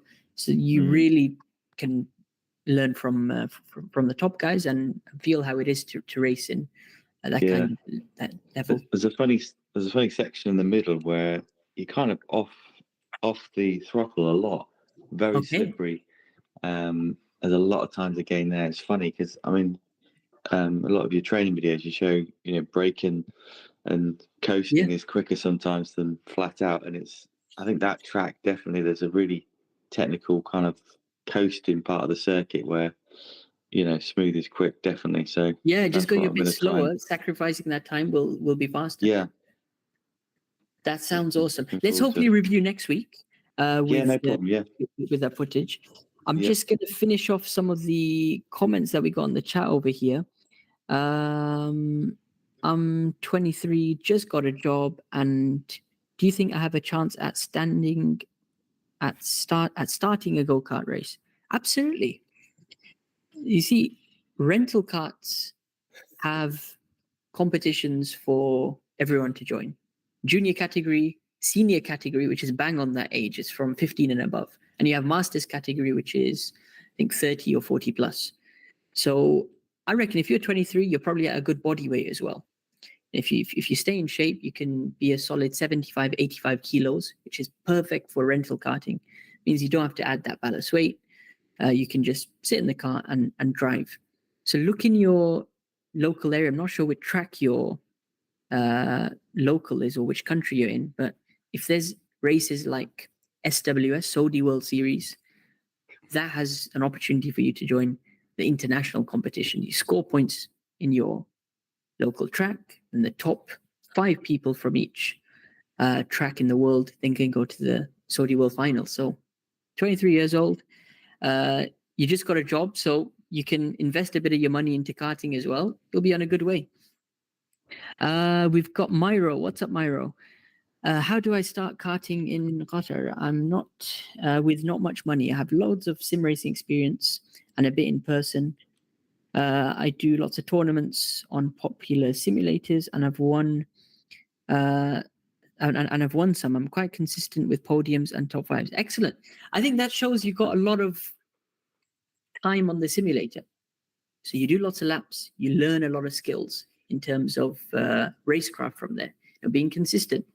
If it's a race, you're dealing with pressure, overtaking, defending, things like that. The only limitation now is the real life track time. You want to try and get as much as that as possible.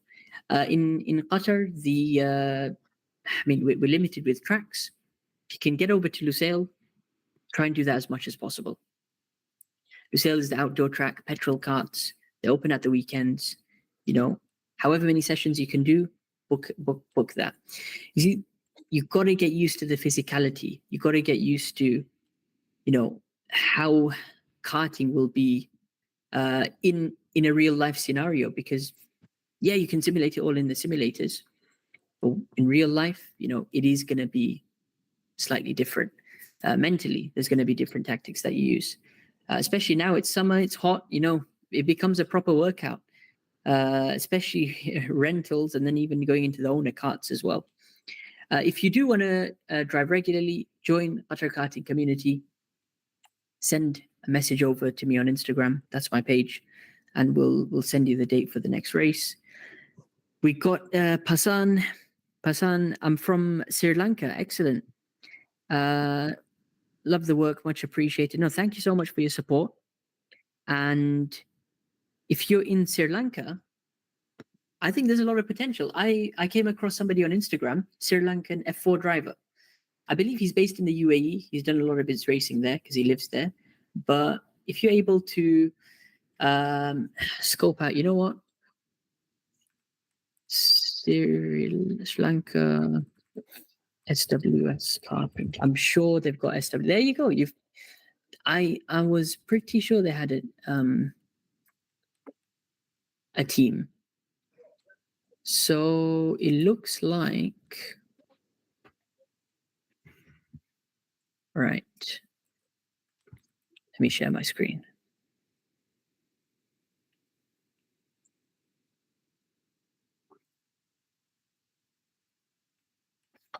If we search on SWS, it's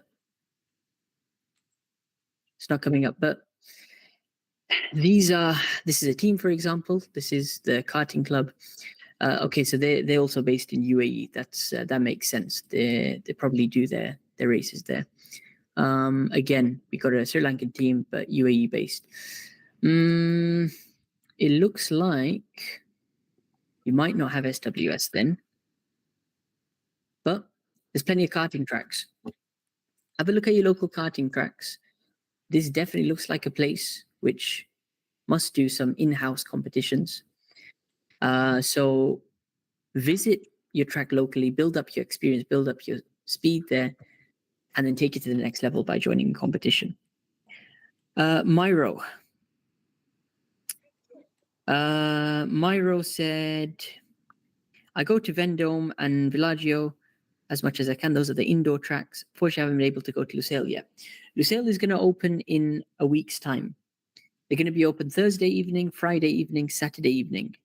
So 5 p.m. to 10 p.m. And the sessions you book online. So you can get in touch with me on Instagram on Qatar Karting Community. Search for Qatar Karting. You should see that. We had stranger name. Should I get a neck protector for rental? It's an Alpine Stars one, foam like. On not elite. Okay, I think that was a typo there. Neck protector. Yeah, it's good. I'd say it's good to get. It just protects you from sudden, impact, and if you get this kind of whiplash kind of thing. Personally, I haven't used a neck protector, but I know people who use it, and it's a precaution, so you can't go wrong with that. If you're able to get one, go for it. Definitely in owner cuts, you'll need. I've seen people have neck protectors, but more rib protectors as well, if you're able to get that. Stig McGee. Hi, I'm 14. I live in Qatar with a couple of years of rental experience. Awesome. Do you think I would be able to join a team? I have a stable budget. I also have a good sim rig. Excellent. Well, Stig McGee, join the regular races that we have at Lusail Karting Track. As I said, we're going to be starting from next week. Let's meet at the track. I'll be there. We'll discuss about your experience so far and what teams you can potentially join. So again, same Instagram account, Qatar Karting. If you send me a message, just say you were on the live stream. It looks like we have come to the end of the messages there. Just a quick sign off then to also the viewers and the people who've stayed in the live stream and the live meeting. I've put out a video earlier today, how to start karting in 2023. Now, very, very common question I get from people on YouTube comments to people I meet at the track in real life. The idea with this video is to give you a general overview how to get started based on two things, age and budget. That's very important in karting. So regardless, if you got if you're an older driver, if you're a younger driver, if you've got a big budget, if you've got a small budget, there's always something there for you to do. I've given you a general guide in the video. But at the end, I've also mentioned in the comments, try and put some of your own feedback in of how you got started in karting. Country to country, things will be different. The prices, the availability, the types of championships. So everyone's got their own unique experience. It's amazing that on the academy, we got, I believe we crossed more than 500 people today, members, and we got people from all over the world joining. So if you'd like to put your own experience and how you got into karting, what sort of costs as well you're forking out sort of every month as well, be sure to put in the comment section. It will really help new drivers who are looking to get into the sport and give them a bit of guidance there. So we look forward to filling up the comment section on that video and hopefully continue track help next week. Before we go, we got Pantelis. I'm 18. I live in Greece. Love your videos and hope to join in your stream for more tips. Absolutely, you're welcome to. Pinned comment on the stream. Sign up to the academy. It's free to join.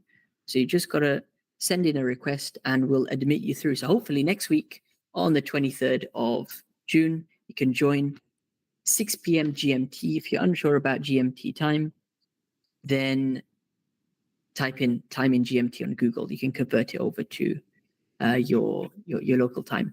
Stig McGee, text QKC, DM on QKC. Until the next stream, guys, we will hopefully meet next time. Thank you so much, guys. Yeah. Take care. Go ahead. Before we hand out, James. No, just to say thank you. Thanks for the live stream, and look forward to the next one. Cheers. It's been a pleasure. We're definitely going to meet next week. Yeah. Take care. Good night. Oh, Bye then. Thank you so much. Bye. Good night. Bye.